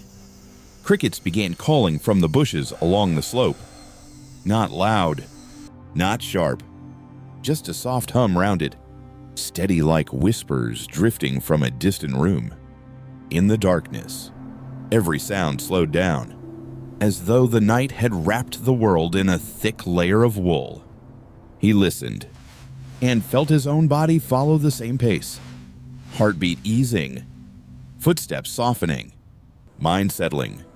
Soon, he reached a flat stretch of ground where a large stone lay like a natural bed carved by the earth itself. Its surface was covered in young moss soft, warm in places, warmer than he expected. He pressed his hand onto it, letting the cool dampness touch his fingertips, then seep deeper. Like a quiet invitation, he sat beside the stone, not lying down, not leaning back yet, just sitting, letting his breath blend with the breath of the night. Above him, the pale moon slipped out from behind a broad cloud. Its thin light cascaded over the grass like someone sprinkling silver dust across the field. When the wind passed through, the light trembled, as if the valley itself were drawing its blanket tight, preparing for sleep. He tilted his head back. Moonlight settled on his eyelids, and he blinked once slow, heavy, as if that single blink had opened the doorway to a deeper, quieter world. A small rustle came from the tall grass, a tiny creature making its way through the night. He didn't turn. There was no need. Everything moving tonight felt gentle, like water sliding over stone. The night seemed to be guarding him, not forcing him to stay alert. He pulled the herb pouch from his pocket and lifted it near his face. The scent rose softly warm, brief, then fading again. It was the kind of scent that loosened the last knots in a person's mind, the kind that helped them let go just before sleep claimed them. He remained seated, eyes still open, but his eyelids felt heavy, as if someone had laid warm sand along the edges. His thoughts began to drift, not quickly, not tangled, just drifting like the slow-moving water in the village stream he'd passed earlier. He remembered the old woman untangling her yarn, the girl offering him herbs, the spinning wheel humming in the cottage doorway, the warm honey bread at the morning market, the curious eyes of children not afraid, only wondering. Each memory rose softly, then fell away like dry leaves touching the surface of a quiet pool. He realized something then. All day long, not one person had asked him a heavy question. No one demanded an explanation. No one peered into the things he carried silently. Everyone he met had touched his day in the lightest way. A smile, a small bundle of herbs, a folded square of clean cloth, a gentle glance, and those small kindnesses were easing his chest more than any night before. He let himself recline onto the moss-covered stone. The moss felt so soft he almost mistook it for a low cloud drifting across the earth. The wind passed his ear, bringing with it the hush of the grass. Steady, rhythmic, Strangely beautiful, he looked up at the sky again. The stars were beginning to appear, one by one, as if someone were lighting tiny lanterns to guide him into sleep. He inhaled deeply, then released the breath as slowly as he could. In that long exhale, he felt as though the entire world exhaled with him. Not rushing, not pushing, simply breathing, and letting the night smooth out everything still restless inside him. And in that quiet moment, he understood. Night was drawing near, and sleep was no longer far away. The wind in the valley began to change direction, drifting down from the mountains, carrying with it a dry, cool breath, and the faint scent of stone that had already released its warmth into the night. He pulled his cloak a little tighter, but the cold did not bite. If anything, it soothed him, like a cool hand placed gently on the forehead of someone who has been fevered for too long. Above him, the sky was now filled with stars. Not dazzling, not piercing, just tiny points of light. The universe's quiet breathing, glowing softly like powdered chalk brushed across velvet. Looking at them, he felt himself grow smaller, so small that every burden lost its weight. Every secret loosened its grip. Every question no longer needed an answer, not tonight. Here, no one was searching for him. No one was speaking his name. No one was waiting for him to do anything at all. There was only the night, wide enough to hold all the worries he had never dared to speak aloud. He stayed still, his back resting against the warm moss, one hand placed lightly over his stomach, breathing with his whole body. Each breath in was like a small wave rising toward shore. Each breath out was like the tide sliding back, carrying away the last fragments of tension. A lone owl flew overhead, its wings brushing through the air with the faintest whisper, so faint that, had he not been lying here, he might never have noticed. And in that small moment, he understood. Life holds certain sounds only for those who are willing to be still, for those who do not hurry, who do not force, who do not brace themselves against the world, for those who, even while living among shadows, still know how to breathe deeply when night folds around them. The wind touched his cheek, soft, like someone laying a thin cloth across his face. He closed his eyes, then opened them, then closed them again, each time slower than the last. His eyelids felt heavy, as though they carried a long story he no longer needed to tell. And perhaps, tonight, he didn't need to tell it at all. Didn't need to remember. Didn't need to hold it like a stone inside his pocket. Even the things he carried all his life deserved to rest. He turned his head slightly, looking at the dark grass beside him. Each blade trembled in the passing wind, like the strings of a quiet instrument playing a melody meant only for the night. Beside him, the path he had walked earlier was now completely swallowed by darkness. It no longer looked like a path, just a soft field of shadow, without beginning, without end, without a direction for him to follow. He smiled barely, because sometimes, when the whole world sinks into darkness, that is when a person realizes they no longer need to go anywhere at all. Tonight, he was allowed to stop, not because he was tired, but because the world gave him permission to simply be at rest. A small breeze lifted the herb pouch in his hand, releasing its faint aroma once more. It wasn't strong, wasn't sharp, wasn't meant to wake anything. It simply carried his mind a little deeper, as though an invisible hand were guiding him downward, into warm, quiet water. He closed his eyes again, and this time, he didn't open them immediately. Behind his eyelids, he saw the stone cottage of the yarn-spinning woman, the girl offering him herbs, the boy warming his hands beside a small brazier. All those faces drifted through his mind like lanterns floating down a river. Not stopping, not losing each other, just moving gently onward. He didn't reach for them, didn't analyze them, didn't name them. He let them pass, gliding across the surface of his thoughts, before disappearing into the soft dark beneath.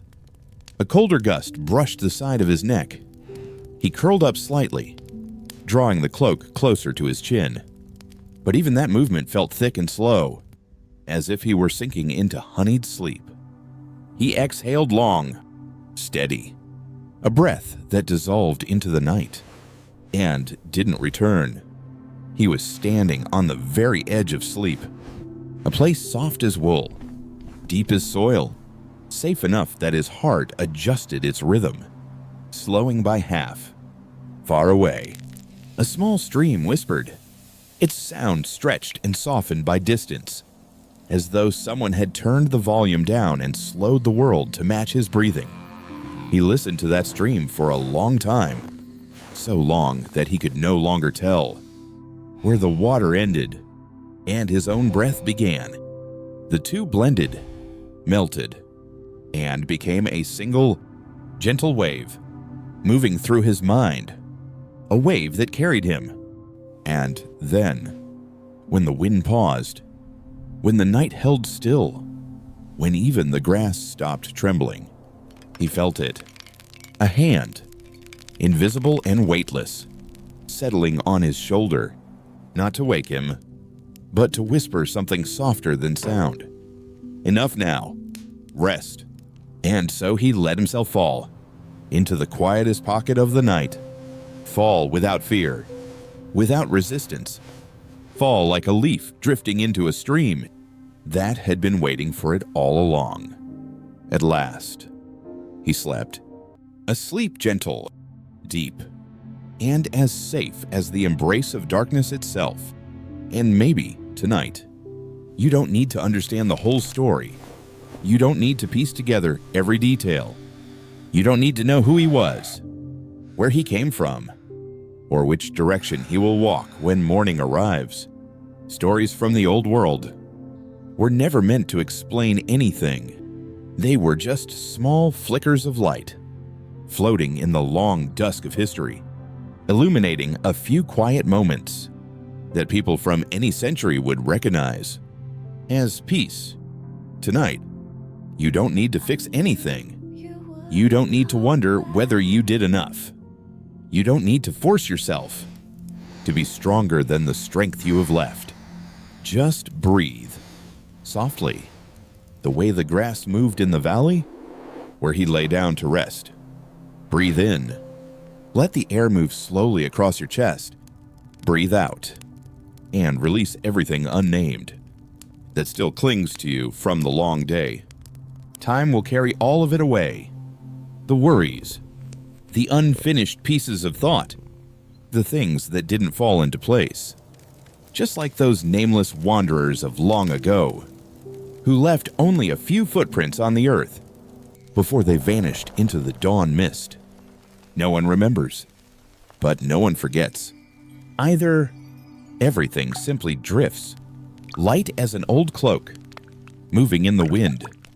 And you, too. You don't need to be enough for anyone right now. You don't need to be alert.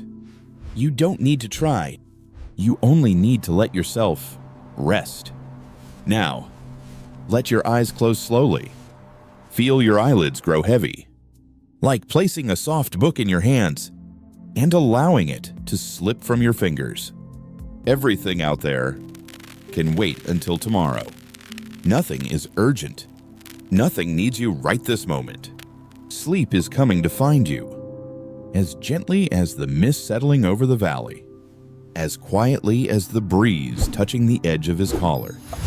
When night first arrived, let your mind soften, soft as the moss beneath the back of that unnamed traveler, soft enough that with just one more breath, you can slide into the deepest, kindest sleep. You don't need to think. You don't need to stay awake. Let this story be a thin blanket of history, laid over you in layers of quiet and warmth. Let yourself disappear for a while from everything that worries you, just as those who lived in the shadows long ago slipped away from the paths they walked. No sound, no trace, only the comfort of becoming light again. I wish you a deep sleep, a sleep that lets your body heal, a sleep that lets your mind open, like still water after the wind has passed. And whatever tomorrow brings, let it rest behind you. You don't need to carry it. You don't need to solve it now. Just take one last slow breath and let sleep gather you in its arms, soft as moonlight resting on a thatched roof, warm as wind drifting through a peaceful night, deep as water moving beneath an old wooden bridge. May you sleep safely in the gentle protection of the night. And if this story eased your heart, if it helped your eyes close just a little easier, leave a comment or even a simple good night. A small thing like that lets me know this voice is bringing calm to someone out there, like a tiny candle in the dark, small but warm enough to comfort a tired soul.